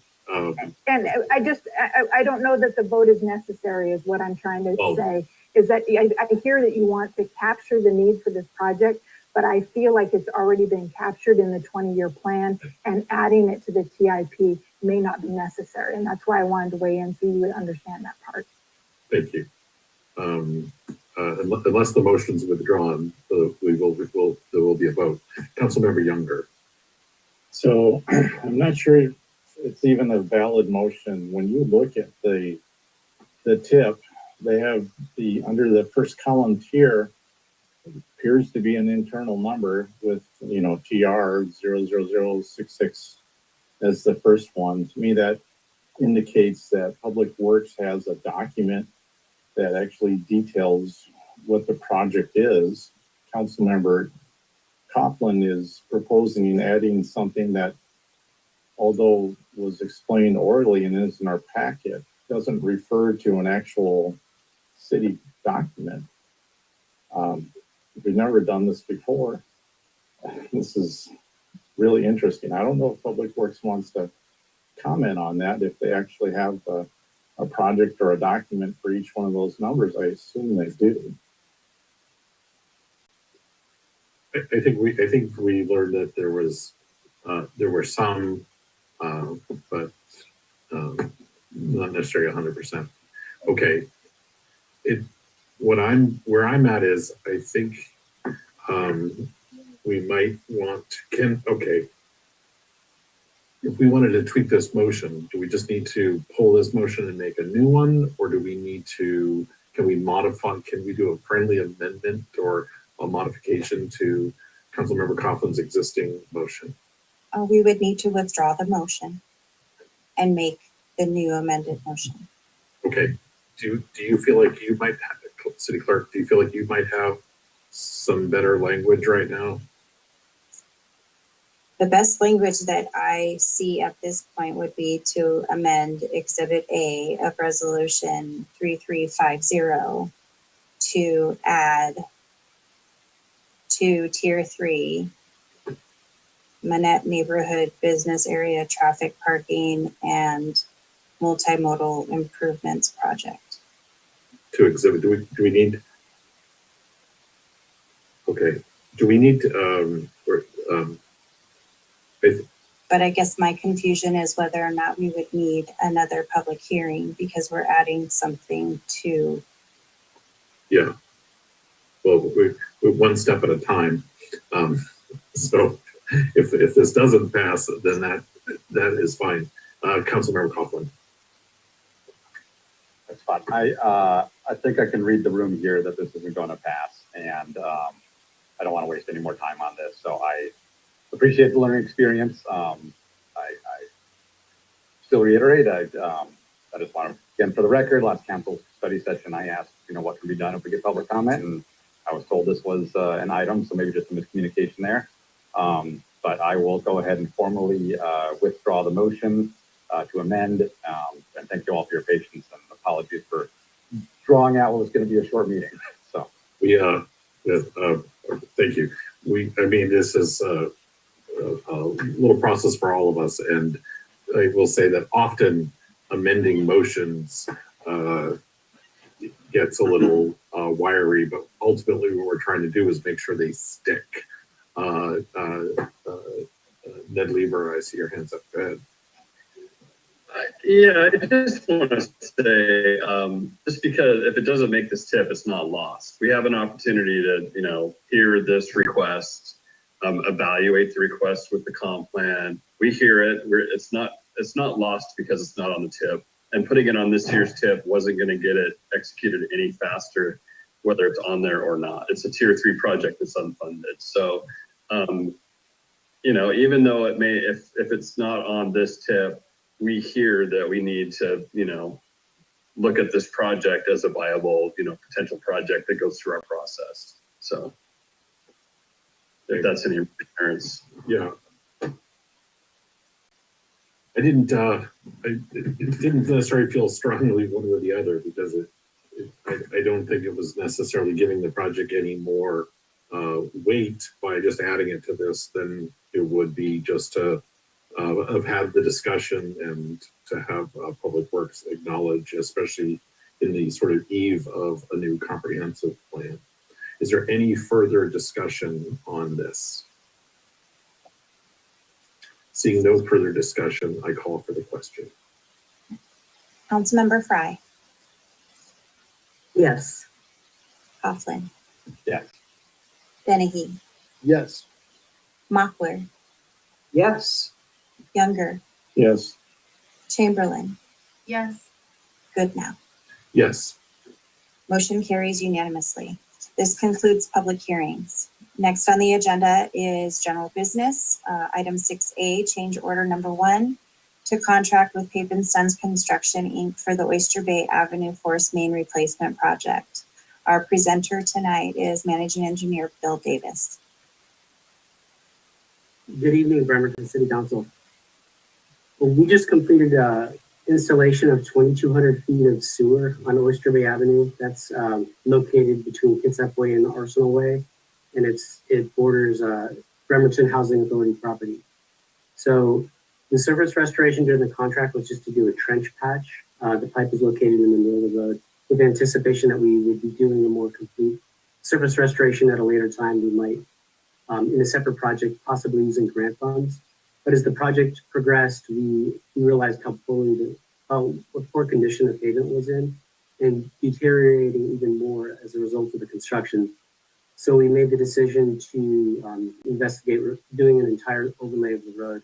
So we worked with the contractor to develop, come up with combinations of grinding and pavement removal and overlay and full depth restoration to come up with a cost-effective way to restore that entire road instead of just the trench itself. So that road is going to be paved in entirety from from at least the start of construction to on the north end to Arsenal Way, and this change order will provide the money for that complete restoration. Thank you. Does any member of the public wish to comment on this item?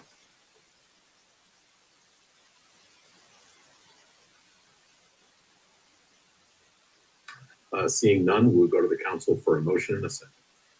Councilmember Dennehy. Thank you, President Goodnow. I'm going to move to approve change order number 1 with Cape & Sons Construction Incorporated for the Oyster Bay Avenue Force Main Replacement Project and authorize the mayor to finalize and execute the agreement with substantially the same terms and conditions as presented. And we have a second. Second from Councilmember Mockler. Thank you. We have a motion and a second. We are open for discussion. Any further discussion? I know we talked about this lightly.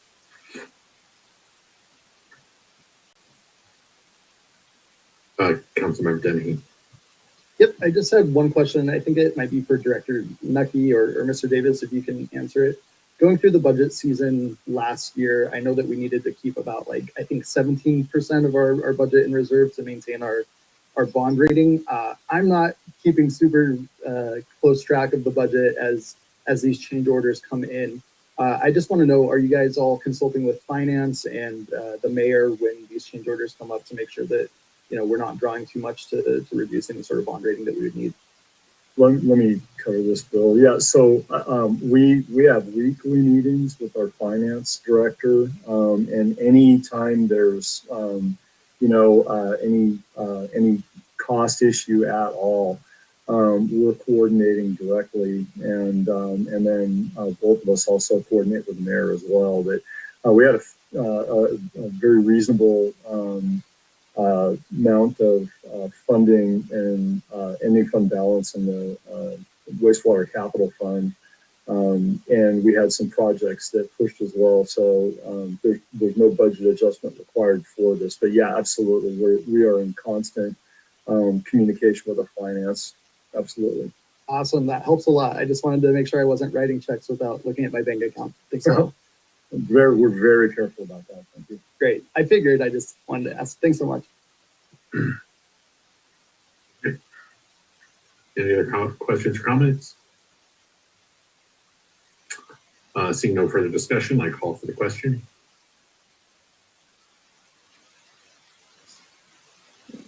Councilmember Dennehy? Yes. Mockler? Yes. Younger? Yes. Chamberlain? Yes. Fry? Yes. Coughlin? Yes. Goodnow. Yes. Motion carries unanimously. This concludes general business. Okay, up next is council reports. And since this is the last council meeting of the month, is it really? We will start with District 7, Councilmember Eric Younger. Hard to believe since it's only June 15th. Yeah. We're in the middle of the month, but 622, 629. Interesting. No report. Thank you. All right. Up next, District 6, Councilmember Anna Mockler. Thank you, President Goodnow. Well, in my small private universe, tomorrow is Bloomsday. It is the day on which James Joyce's Ulysses is set. There will be celebrations throughout the entire world. And it's just it's a book that changed the whole way that we are able to write about the world we see and therefore to think about the world we see. So absolutely nothing to do with the local concerns of District 6. Moving on to the local concerns of District 6. In the past month, there have been concerns about fog lines. There have been concerns about speeding. The issues that I campaigned and ran on and was elected for are still the issues of this district. Streets are in poor repair. Sidewalks are virtually non-existent. And it is dangerous for, sorry to sound like a broken record here, but it's dangerous for kids to walk to their school bus stops. The Safe Routes to School program is really wonderful. It doesn't cover the first mile, and that is something that I think my constituents would like a whole real lot. Just to, oh, and I should also add that there is a problem with a property that we are, and thanks to the Bremerton Police Department, working together with neighbors to have it established as a chronic nuisance property. So if anybody wants a prep on that, I've had a lot of prep over the past 2 weeks. During the joint planning session, AKA the retreat this past Saturday, it was good. It was very good out of, again, all the issues I campaigned for and was elected for. Absolutely none of them came through. Yes, so I will keep trying again. One comment that was made by one counselor and concurred with by all the other counselors with their silence is there was a desire that a report, I'm sorry, I don't mean to sound snarky. There was a desire that a report be presented demonstrating why protection of critical areas is of importance. I'm going to post this in the chat, but just to start, the Intergovernmental Panel on Climate Change. At the national level, the EPA role of streams and wetlands with a focus on green stormwater management. At the state level, the Washington DOE Shorelines and Wetlands Overview.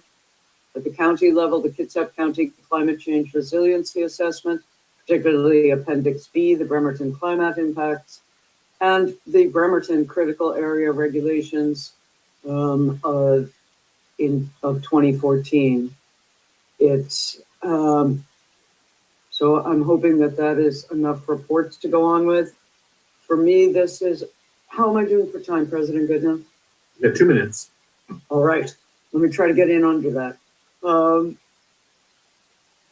For me, the request for a report is, I think, analogous to if you were to ask anyone at Public Works why the item on our consent agenda, why materials need to be tested. Is there some report establishing the need to test materials? So protecting critical areas, it made me stutter at the time because to me, they're perfectly analogous. So I'm going to post these in the chat, and at any time up until 11:30 p.m., any day of the week, anybody wants to talk to me about any of this, I will be there. Thank you all very much for your indulgence, and I thought we did really pretty darned well at the joint planning session. Kudos to all of you. All right, thank you. Up next, District 4 Council Member Quinn Dennehy. Thank you, Council President. Yeah, I just would like to echo what Councilor Mockler stated. I was really proud of us as a group getting through the joint planning session. Special kudos to President Goodnow for making us keep our time and out of there at 2:59. That was not what I was expecting. So very, very pleased on that. I do want to say, I let something go a few times when we get publicly scolded by a constituent, and I feel like I have to say something because they keep coming back. This person has some very public social media that's very transphobic, very disinformation about elections, very disinformation about COVID. So I just want to, when we get publicly shamed, I just want to stand up for us. I still think we made the right decision. And if that person feels like we don't have good values and they don't align with them, that I think I'm on the right side of history based on what I've seen from that person. So good job, us. Have a good night. Thank you. Up next, District 3 Council Member Jeff Coughlin. All right, thanks, Council President. And yeah, let me echo, I thought the planning session was well led, so thank you. And I'm glad we function well as a group, and I think we've got some good things ahead of us. First slide I have tonight, popping up there. Perfect. It's just I just wanted to thank the BPD publicly. I was at a meeting with about a dozen business owners, 2 dozen downtown. They just had some concerns, safety concerns. I think it's really a small handful of individuals from hearing the stories. But they just had questions about how best to report certain situations and really handle a few particular situations. And so kudos to the BPD, which sat down, actually 4 officers, many of which were off duty and just did it in their spare time. I thought it was a really productive discussion, well handled, and I think everyone walked away with some better information. So again, thanks to our BPD for taking the time to help out the folks. Next slide is, I'll just mention real briefly because I know some other folks are going to talk more at length. But we've got Juneteenth Freedom Festival this Saturday, and a kudos to the Parks Department for hosting it in Evergreen Park. I think it's a great thing that we do as a city. So that's coming up. Next slide. I wanted to highlight this downtown on Quincy Square.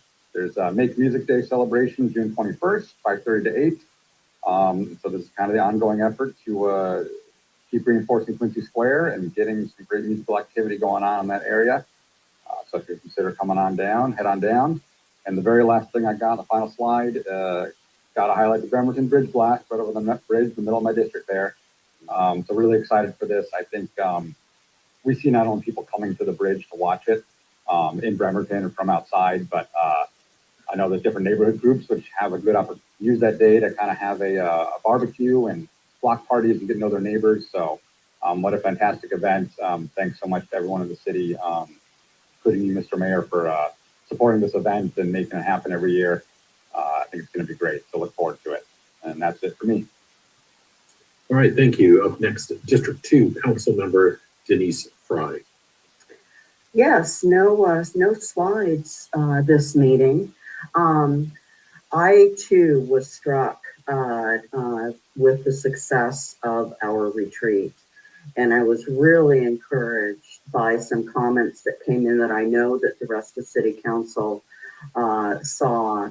There was one especially that I liked that said, "Our City Council is awesome." Would it be wonderful if all of our constituents felt that? I'm sure that they won't from time to time. But for those that stuck it through with us, I say thank you. Some watched the tape later. I think there were a lot of joint priorities, and I think those will be coming through in our list of goals. So I'm really looking forward to it. I think we have a great council, and I say that as, collectively, I just think it's a very good working council. I wanted to let everybody know or remind people that I'm headed down to Vancouver next week, leaving Tuesday night, coming back Friday, attending the Association of Washington Cities conference. And I really consider this an investment, and I know that not everybody can make it. And now that I'm retired, I can do things like this. And so I'm going to spend that time productively. There are some really exciting keynote speakers as well as breakout sessions. The mayor of Tacoma is speaking all about the race and equity office that she's opened and their budget process, which is from an equity lens. I'm looking forward to that, as well as many other things there. And I'll be bringing all that back in my knapsack on the way back. And I will be participating in study session next week via Zoom. So thank you, Council, and thank you to all the public that have been working with us these past few months that I've been on Council. Thank you. Thank you. Up next, District 1 and our council vice president, Jennifer Chamberlain. Thank you, President Goodnow. I wanted to send just a hearty well wish to all Bremerton School District students. You are about to end your school year on the 17th. This Friday is the last day of school, and on to summer you go. I wanted to encourage folks that we do still have, that there are a number of programs if you're in need of lunch, that there is a free lunch options available at some locations that is available on the school district website too.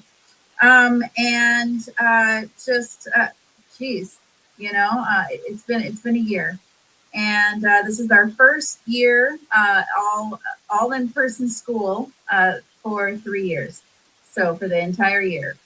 And it wasn't met with it was met with challenges and successes, but we made it a whole school year, so yay. I wanted to throw a major shout out to my colleague Quinn Dennehy, who during our council retreat brought up a new item, a new goal for us, which is to ensure racial equity in government. And I'm super grateful for him for coming up with wording to get us started on that, because it's a super important issue that we need, that our constituents have said needs to happen.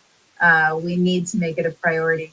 And so with that, we learned also during the retreat that all of us within the city, we have a GARE membership. I activated mine. It took a few days, to be honest. It took about 3 or 4 days for verification to come through, maybe 3 days in order to access it. So be patient, but do make sure to access your GARE membership. And then I think we already showed the slide for Juneteenth. We can show it again, because why not? It doesn't hurt to just remind the public about this amazing event, which apparently there's barbecue. So if you want some food, come on down too. But over at Evergreen Park. We'll have a couple of representatives, city council representatives, tabling there on behalf of our REACT committee. And for outreach to find, we need some people to fill those empty slots for our REACT committee. We have, 3 openings currently? We've had an interview. We have another one coming up, and hopefully we'll be filling those slots, but we do need a robust, pool of candidates. So we'll be there tabling. We'll also have information about all the other boards and commissions. And thank you to Mayor Wheeler, who is sponsoring our table. So we have a little collaboration happening there between our mayor and city council. And thanks very much. And she's not on right now, but Jules Shepard, who helped us work through getting into when we had missed the deadline. She got us in, but I think she got a couple other folks in too with that process. And so we're looking forward to being there and participating in this celebration. And I think that's all that I've got for my council report. All right, thank you. I didn't have any slides, but I wanted to also mention on the another Juneteenth event, and that is going to start on Friday. There's the Black Brilliance Film Festival at the Roxy Theater. This is from the Living Arts Cultural Heritage Initiative. It's a local group. And the film festival is content from the Langston. It's a film theater program based in Seattle. And it's a great way to kick off your 2022 Juneteenth Freedom Festival weekend. Friday, 5 p.m., there's sort of a social at the Roxy. Concessions will be open, and then the films will start at 6 p.m. And there is a whole list. You can find information on their Facebook, LACH Project, Latch Project. And I think that's most of the important things. Roxy's downtown on 4th Street in Quincy Square, if you've not been there yet. And information also can be found through juneteenthkitsap@gmail.com. Also, I want to mention that this Saturday morning is the Forest Ridge Park cleanup, and that starts at 9 a.m. And they usually have plenty of supplies to do a park cleanup. It's really great to have this kind of urban forest. I mean, it's just a stone's throw from the busiest parts of our city, and we've got this great forest over there, and there's trails and things like that. So it's a great place. It can be a little zen too, to just spend some time in what they call it? Is that forest bathing or nature bathing or something? Anyways, and maybe it won't rain. So those are the only two items I had for the council. Again, I do want to thank all of council and staff, the mayor who participated in our joint planning session over the weekend.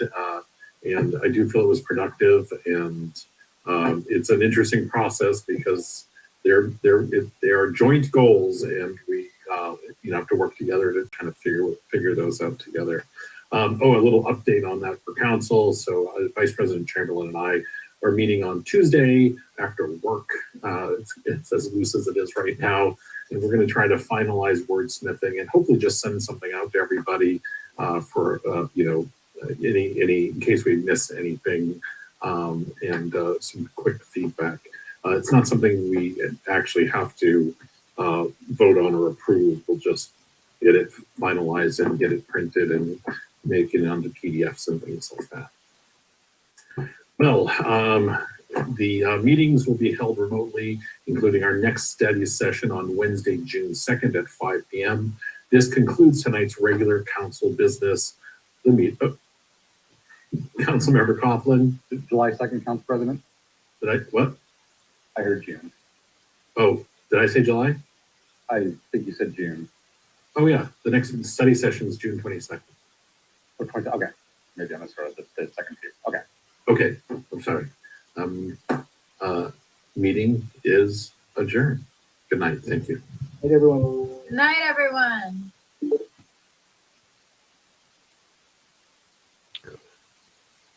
All right.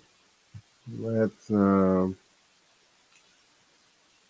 end that and get into our after comment there. I'm back. How y'all doing? Super long day.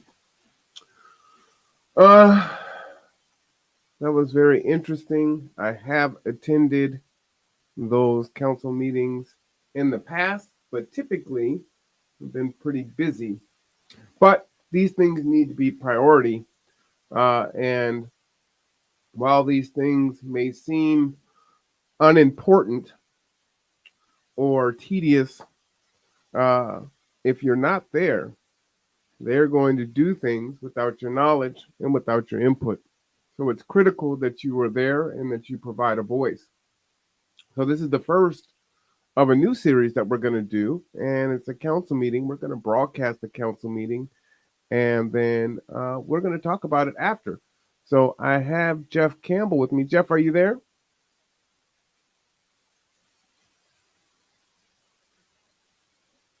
Make sure his mic and camera are good. Having some issues earlier. I actually raised my hand, and I don't know if you could see anything. You know, Jeff, you might have been, because you were in the Zoom, close the Zoom out, and also hit your gear and go into your settings and change your camera and your microphone. I think those might be the issues. So I think your camera and your mic was being shared with Zoom. But this was very, very interesting. This conversation that they were having. You saw that I raised my hand, and I guess I wasn't fast enough because they did not call on me. So I'll have to keep my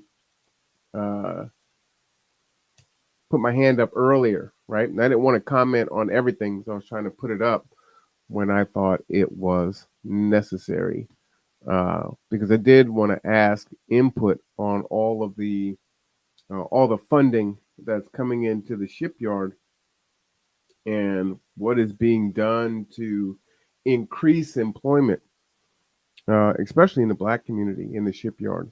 There's been rumors that the percentage is woefully low. But at the same time, there are also a lot of folks that come out of town into Bremerton to work in the shipyard and, being the biggest employer and one of the most lucrative employers to work for in this county. Um, you know, how are our residents being trained to work in the shipyard? I think that's really important, right? So we know that housing is the costs are so high that there isn't many places that you could work with a livable wage. So the Navy, being the largest employer, really needs to have a priority on hiring folks that actually live here in the county. One, and two, I think there should be some type of a feeder program where folks can gain the skills that they need to be employed in the shipyard. And I know that there are some programs that exist, through Olympic College and such. But I think there needs to be more of a focal point on that. So I'd love to see the stats on that. So Jeff, can you try to speak? Let's see if we can hear you. I'm glad you can hear me.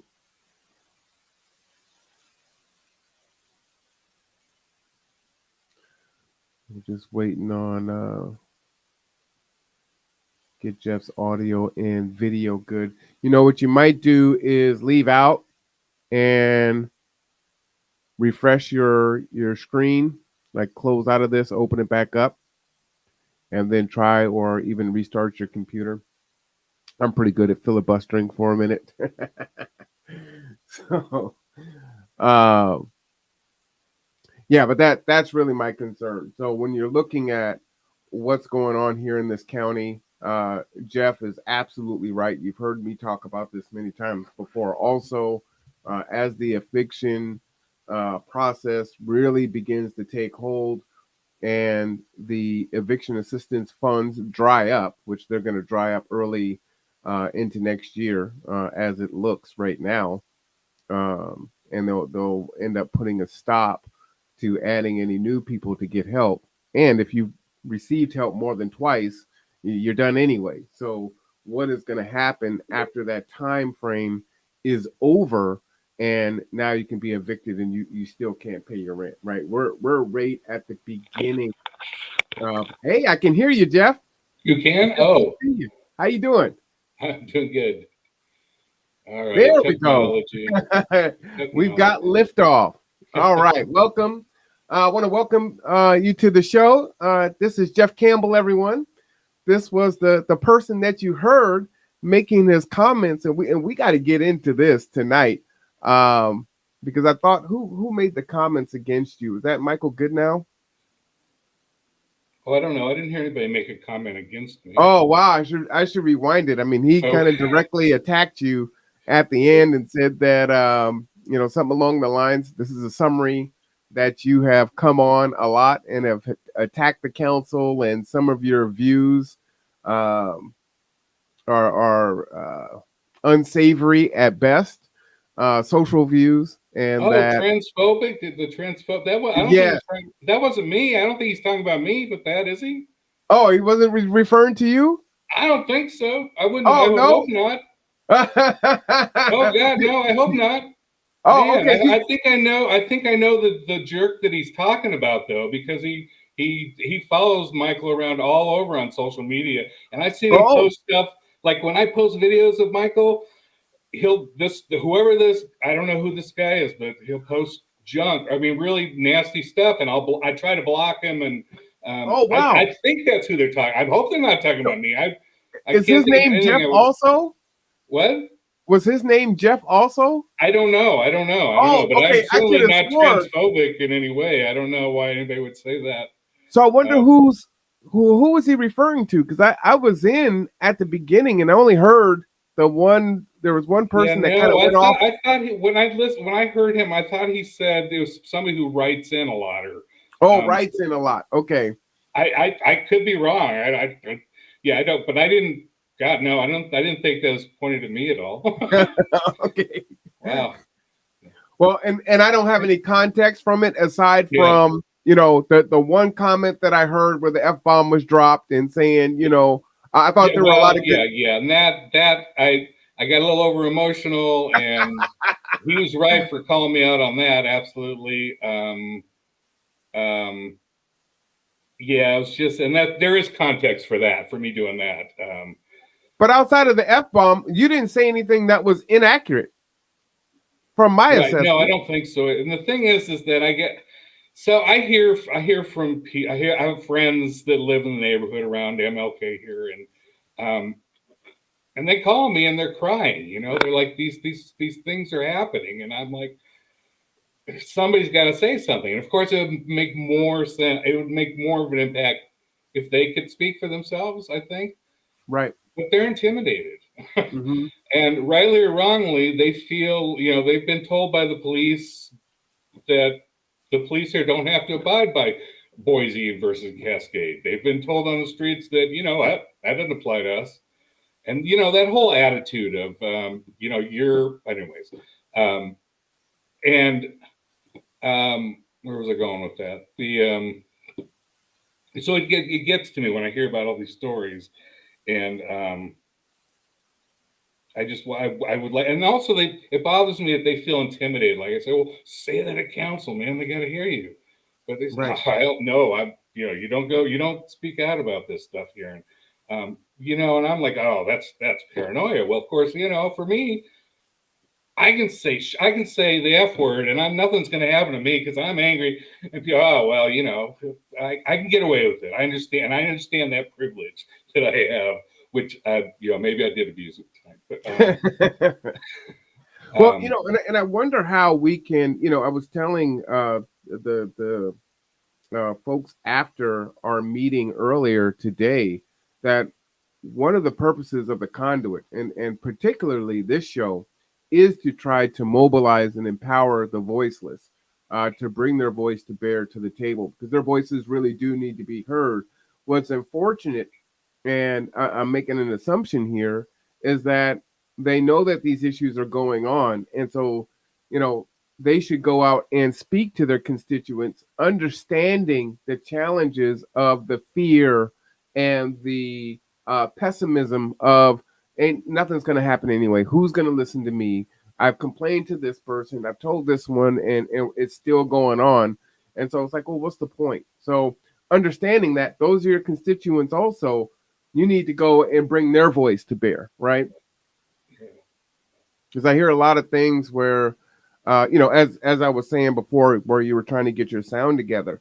Okay, great. All this money is coming into the shipyard, and it's going to be an economic boon for a lot of folks. But it's like, so what about the residents that actually live here? It's great for a lot of people that come out of town and stay here and suck that money up and then take it back out. But people need to live here, and this is the biggest employer paying the biggest bucks typically. So what are we doing to get those folks into the shipyard, get them trained, and you know, make it to where they can actually survive in the town that they live in?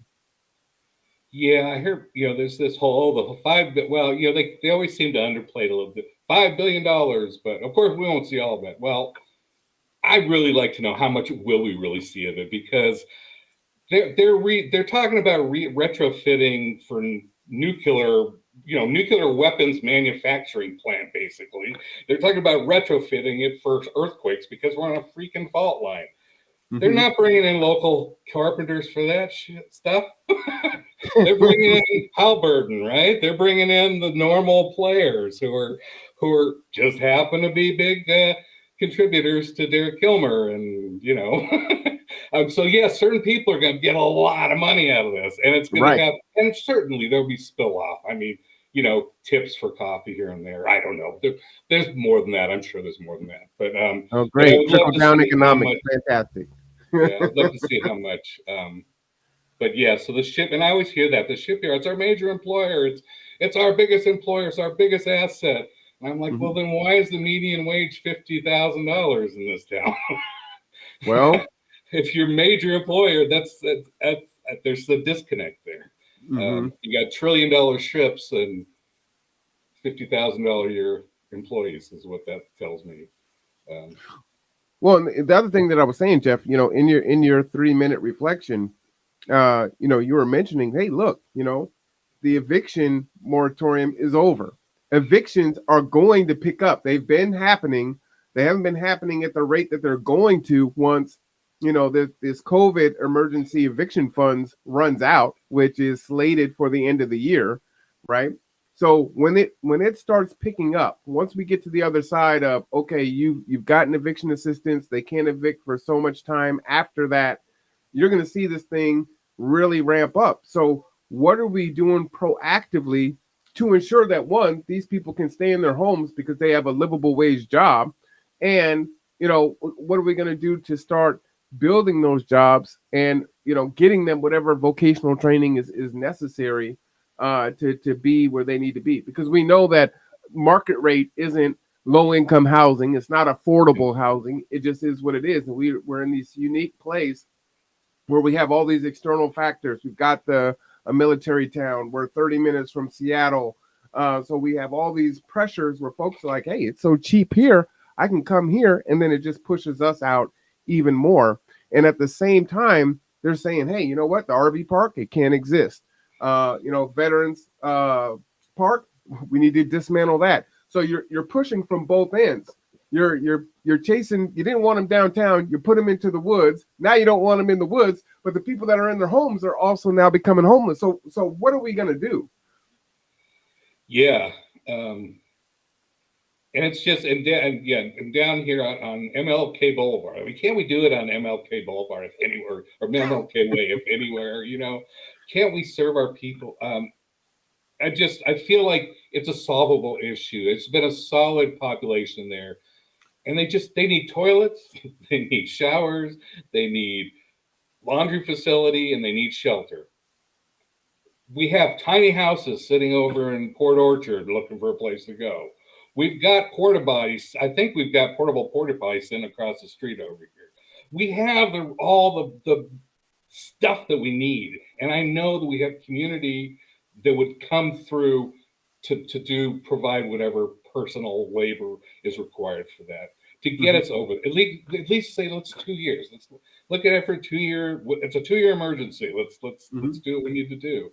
And I don't know. When I was hearing from my friend the other day talking about what was going on, it just so when my friends tell me, oh yeah, things are getting worse, I'm like, oh crap,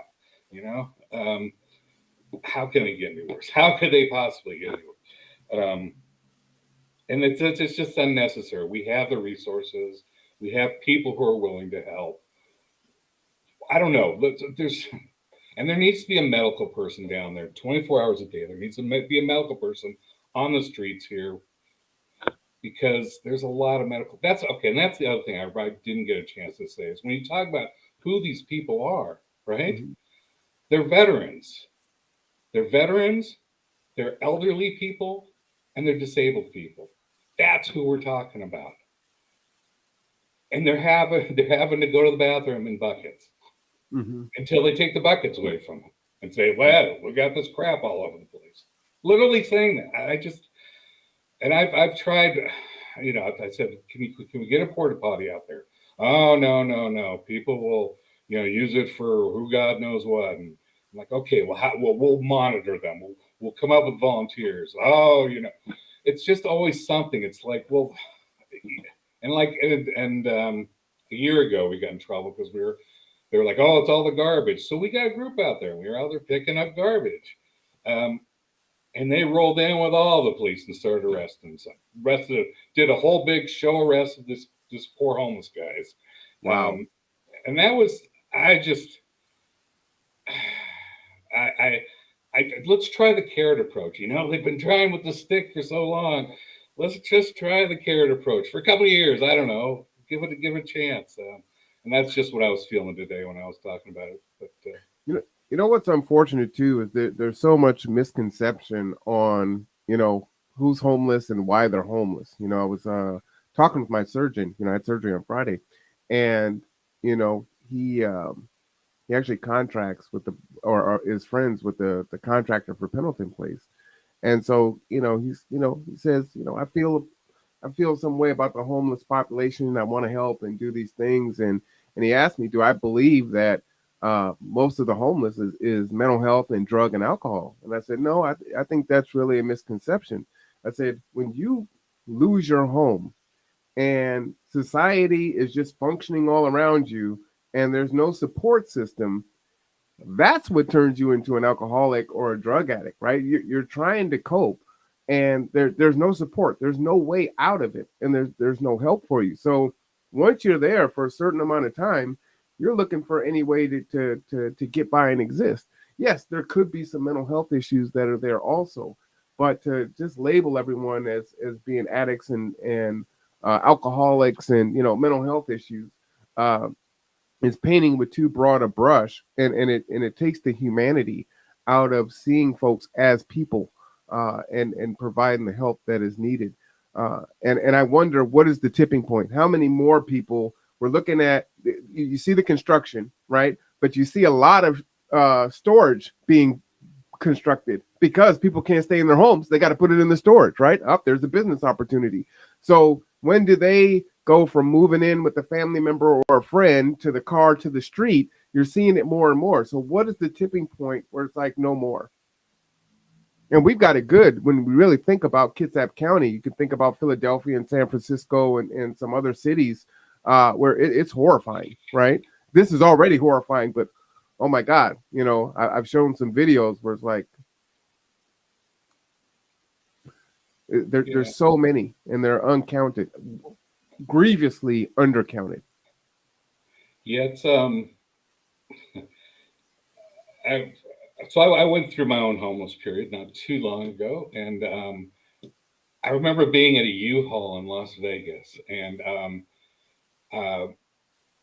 the couple in front of me, their kids were sleeping up in the air conditioning up in the storage unit there.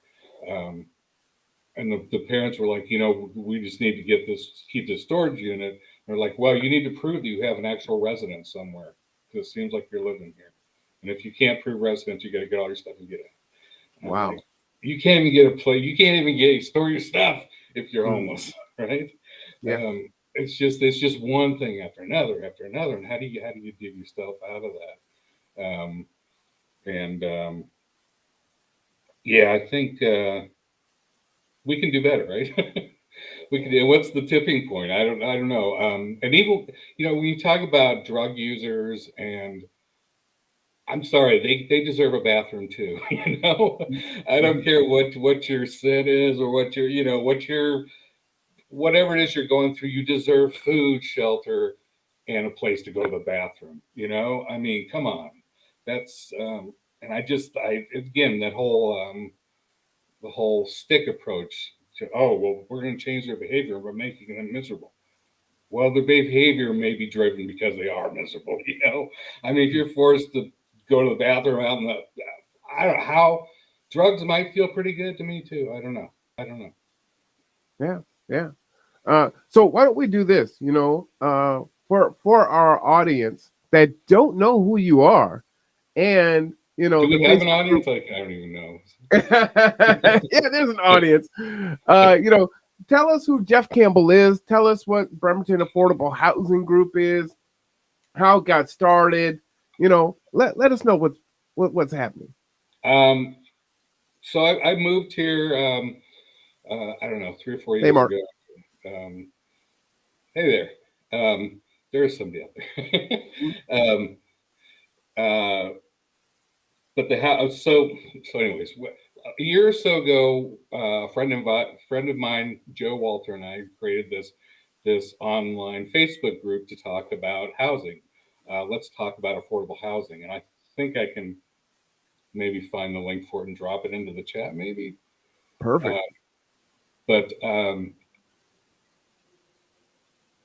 So it's grown organically. Okay, I can't do 2 things at once. I got to get you back over here. I'll post it in later. But it's kind of grown organically. So people really wanting to do something, to take some action.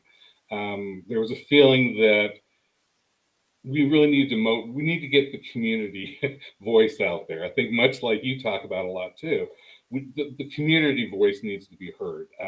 We've got a lot of really great professionals in this community that are really working hard to fill needs and to solve these problems. They're up against NIMBYs, people who are, against any sort of progress or helping people apparently. And that's such a small portion of our community. I feel like every statistic I see says this is a strong democratic blue solid, area that wants to help people, that believes in helping people. It isn't all like, oh no, market. If it isn't the market, then you're not strong and pull your bootstraps up and all that stuff.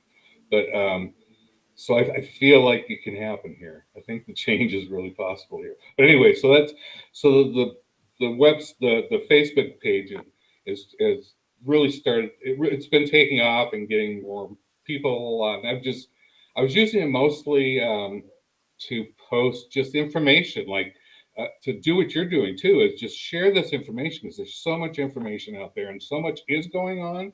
A lot of positive things are going on in Washington. There's been some great things at the state level. We just need to bring those efforts down to the local level, down to the city level. And that's where my focus is really be on the city council. But anyways, the group is now getting more formal, more defining. We're defining our mission statement. We have defined our mission statement. We have a group that meets regularly to do some planning. So it's maturing. And that's not my strength. It's the strength of a lot of other people. And so, and I do post a lot on there. Some stuff really, I probably should not post so much stuff, but usually whenever I see something that comes across, like that gap, look at that gap. Look at that gap graphic, which is, I don't know how to scroll down there, but. Well, right here, tap? Yeah. I don't know how to get to it. Yeah.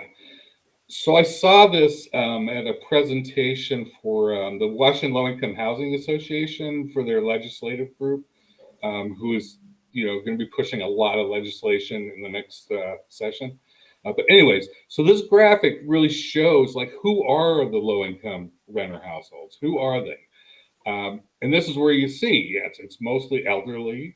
It's people who are disabled. And then the working, 40% of them are working. 42% of those that are working full time. Wait, I thought they were lazy. Right. So I don't know. I saw that and I was like, oh, so I'm a data guy. So I'm a data analyst, and that's what I do professionally. So that stuck out to me. So that's why I posted that. But anyways, that's all about that group. So when did the group start? About a year ago. Well, when I ran for city council to just really raise housing to as high volume as I could.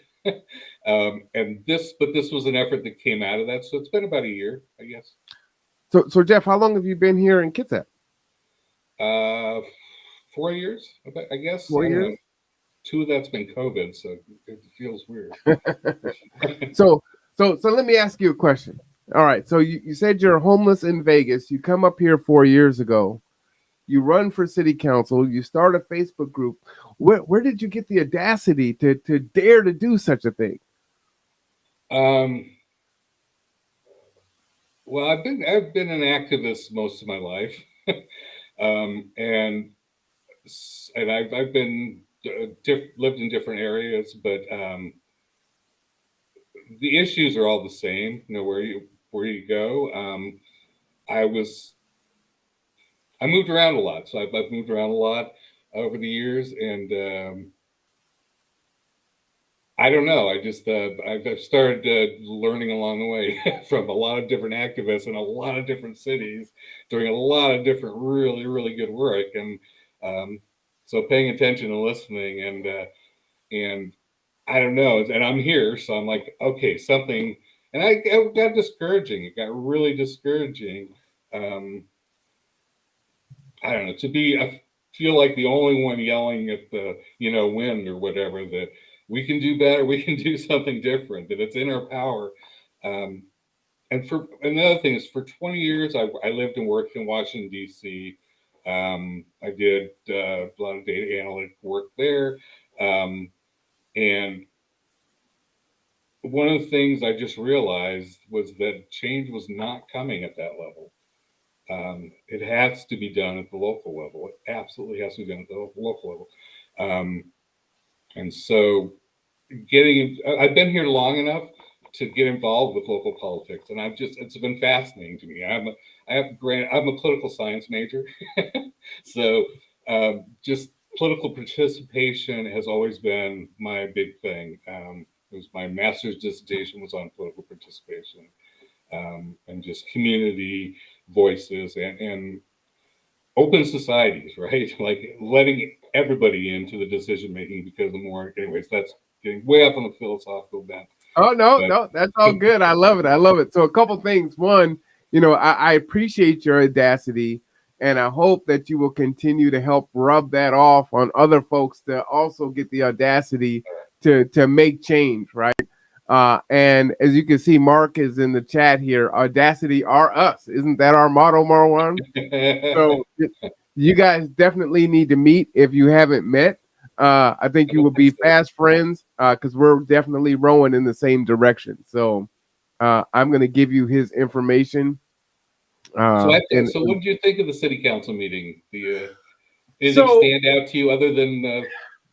So again, the two main things that stood out was the fact that all this money was flowing into the county, but we know that there aren't enough of us here locally that are getting that work in there, right?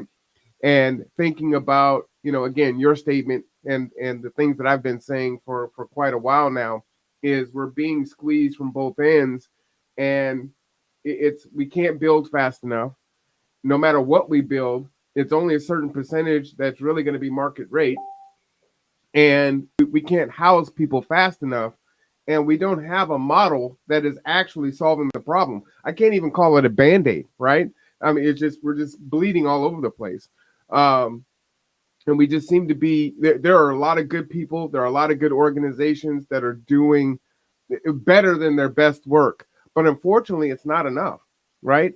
And it's not just us. This is a nationwide thing. So that's the first thing that kind of pricked my ear. Some of the other things, I have no context for. All of the budgets for work that's going to be done. They had the kids on in the beginning. They're like, hey, look, this tier 3 stuff, those kids won't see that stuff done. It's like, why the hell are you doing it? If you're planning that far out, it just seems kind of ridiculous. And then got lost in, oh, I want to add this on.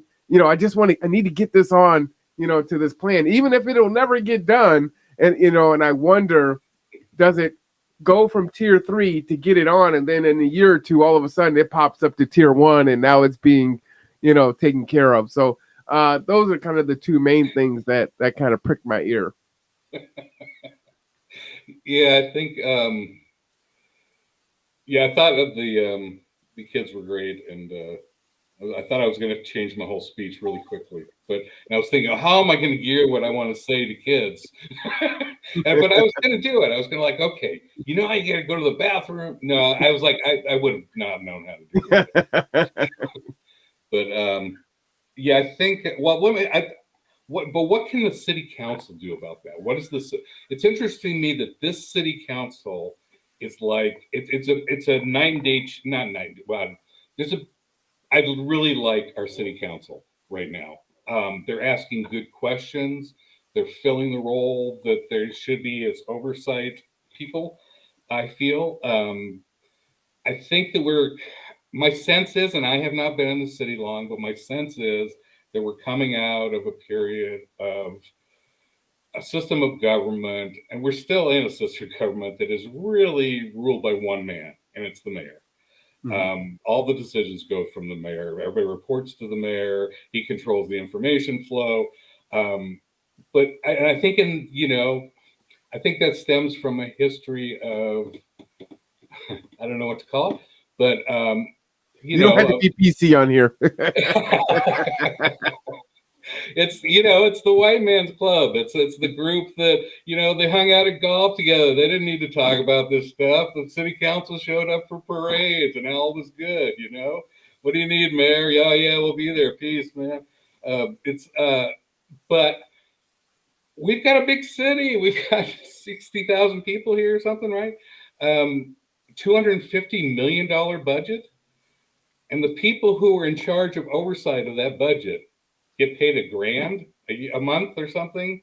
I think is a real problem. I think that it goes back to the old,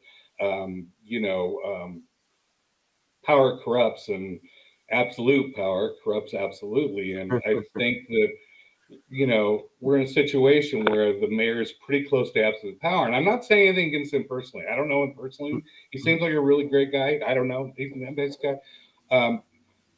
But in terms of good government, there's a real pushback against transparency. There's a real pushback against inclusiveness. And I think that's how when you start getting into those real hierarchical structures of government that go back too many years, maybe, it's hard.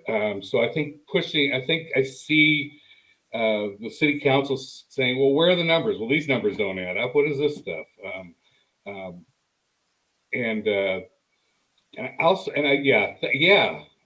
Mayor's a city manager. No, I don't think so. No, I don't.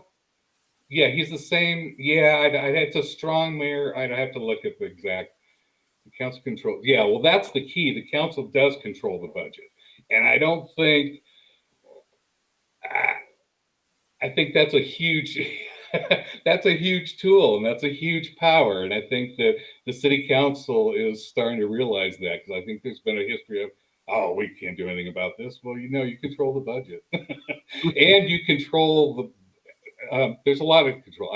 I would urge people to go look. This is a good civics lesson. Go look up the responsibilities of the mayor and the city council and see what their powers are. I mean, ideally, right, it's supposed to be like any other checks and balances. You're supposed to have the legislature that sets the budget, that does the oversight, and kind of directs things, right? And then you're supposed to have the mayor that carries things out and fulfills those wishes to the best of his ability. But yeah, so I would urge people to go read that. I think it's interesting, but I'm a political science guy, so we know. Then I've got a favor to ask you, Jeff. And the favor is this. We're going to meet on Wednesdays after the council meeting, and being a civics, SME, subject matter expert as you are, I'm not. So I don't understand how all this works, right? I'm just now looking over in that direction. Could you teach us? Kind of take us through a tutorial. We'll spend some time reflecting on what we heard, but then the knowledge is the thing that most of us just don't have, right? We don't understand how these things work. And so we don't get invested into it because we're like, oh, that's just beyond me. But that is where the power, and that's where a lot of the change lies, right? So these folks run, and then we feel disenfranchised because they're not really advocating for our interest, right? I mean, they patted us on the back and said, hey, we're there for you, and knocked on the doors, and then they're in. And you're like, hey, nothing's changing. What's going on? So, I think we do need those lessons. And I think through knowledge, we can gain the motivation to become activists in our own right and to start to find our voice and say, no, we're not going to accept this. This is what needs to happen. And hopefully, folks like you or like Mark or other people would actually run for office that really truly seem to have the people, we the people, what our needs are, and can advocate for us. I love the idea. You train one activist, change another activist, and then so on, right? So that's yeah. In terms of running for, yeah, I don't know about running for office. I don't know if I have the patience or ability to control my language. But I think there are amazing. You know who I would? Well, there are people I would love to see somebody from the homeless community in town. Yeah, run. But anyways, yeah, politics. I don't even know. What I'm really interested. I'm not sure how much that really can be done, to be honest with you, because by the time you change public opinion and you change then the city council's point of view and you do all that, that does take years. And so, and these people can't wait years. So how are we going to wait years, right? Well, what's the alternative, Jeff? I'm wondering. Okay, here's what I'm thinking. So we're a first class city. If I think I have this right, and as a first class city, we have an initiative process, and so the city. So if I forget, it's a percentage of whoever voted for the mayor last. I think it's like 2,000 people, but I'd have to look it up. So if 2,000 people signed an initiative to say create public housing or something, I don't know. Well, I do know. If you look at Initiative 135 in Seattle, so I would look at that. If you were to do that, so anyways, if you pass an initiative like that, you get 2,000 signatures. Then my understanding is that there it is, Seattle Initiative 135. Okay. Then the city council has 20 days to either enact it or hold an election. So one of the cool things I've realized about living in Washington State is they did not trust power when they set up the government here, man. There are all sorts of ways for the bottom, the populace to like say, and let's take this back, right? They do it with the tags, right? But the tags didn't work because I don't know, who knows. But I don't know. It's an interesting avenue here that I have not been in a state that had that type of a political avenue before, and I'm curious at why it isn't used more. But Jeff, I've never heard this. What you're telling me is new to my ears, and I'm looking at your Facebook group that has 212 members in it. You already have 10% of the 2,000. You see what I'm saying? I mean, that's like, all right, let's go, let's get it done. Like, this excites me. Yeah, we should. I think that there's some talk actually of having a symposium in June or July. The DSA chapter and another housing group to really go over Seattle Initiative 135. So I'll definitely hope maybe you can add that to your broadcast too. Absolutely. I'm just learning about it too, so I would love to hear more in depth and like how are they doing and how's it doing. So. Well, I'm thinking, we're doing a neighborhood barbecue at Viewcrest Village here next Thursday. And I know that's a 300 unit complex. So, if you got 60 or 70% there, you've got another 10% to add to your 10%. And we're already on our way and we've only done two things. So sometimes it seems so insurmountable, but it really doesn't have to be, I didn't even know who you were a while ago. And you know what? I'm actually subscribed to that group. So I think I liked it. And, but I'm always busy. So it's like, that one's a good one, and I'll see the feed every now and then. But being more intentional on collaborating and coming together. Now you've got, Mark and Resilient Ecosystems in the chat. Community Fest is something that you definitely should talk to him about, which I think would be great. Oh, Terry, and really, coming together like Voltron and making this robot of empowerment for Kitsap County residents. I like it. So let me ask you, what stood out to you in the council meeting? Oh, well, yeah, I don't know how long you want to go here, but so, like I said, I'm a city council like junkie now. It used to be Anna Mockler and I sitting in the rafters. She may not want to admit that she was sitting next to me, but anyways, so I've been following again. I just believe in political participation at the lowest levels, and I think it's so it gets me. So I have a lot, like the transportation issue, the whole Warren Avenue. What are we getting? So they're closing down Warren Avenue to fix it or fix the bridge, which is cool. You don't want a bridge fall, but just the amount of what they say it was going to be backup traffic for miles and miles, and I'm thinking, okay. So I spent a lot of time on the East Coast. And I'm looking at this and I'm thinking, why isn't there a subway up this road? Half these people would take the subway, wouldn't they? I don't know, but maybe that isn't just the East Coast. But because all I hear here is, well, I don't know, just got to build more parking lots, and things will get better if we build more parking lots and add another off ramp here. And I'm like, well, but I thought you guys were environmentally conscious. This is not. So transportation, I think it's interesting, and I think. I would like to see more done with the whole, buses, trains, whatever. But so that was one thing. My question too is, why don't they do that work at night when traffic is a lot lighter? Yeah, and I don't know. Well, and I don't know. I don't know anything about that. That's way out of my area. I don't drive. I drive as little as possible. If I can't walk there, I usually don't go there. But that's what I like. So what else stood out? What else? The Navy thing stood out to me. We talked about that. These comprehensive plans. Okay, that's the other thing. I think you talked about this, the whole 20-year plans, right? And that's what you hear a lot from the mayor's staff. Stick to the plan. There's a 20-year plan. Stick to the plan. Like, but things have really changed in the last 20 years. Like even the last 2 years, things have changed. And I think I'm starting to hear a little of that in the city council too, where they're like, yeah, maybe now is a good time to like make our long-term plans and move that up a little bit. But there's like any level of government, there's vested interests that are like, no, the cash is flowing this way, dude. Keep it flowing that way.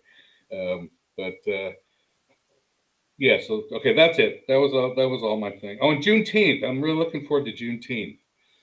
They brought that up a couple times.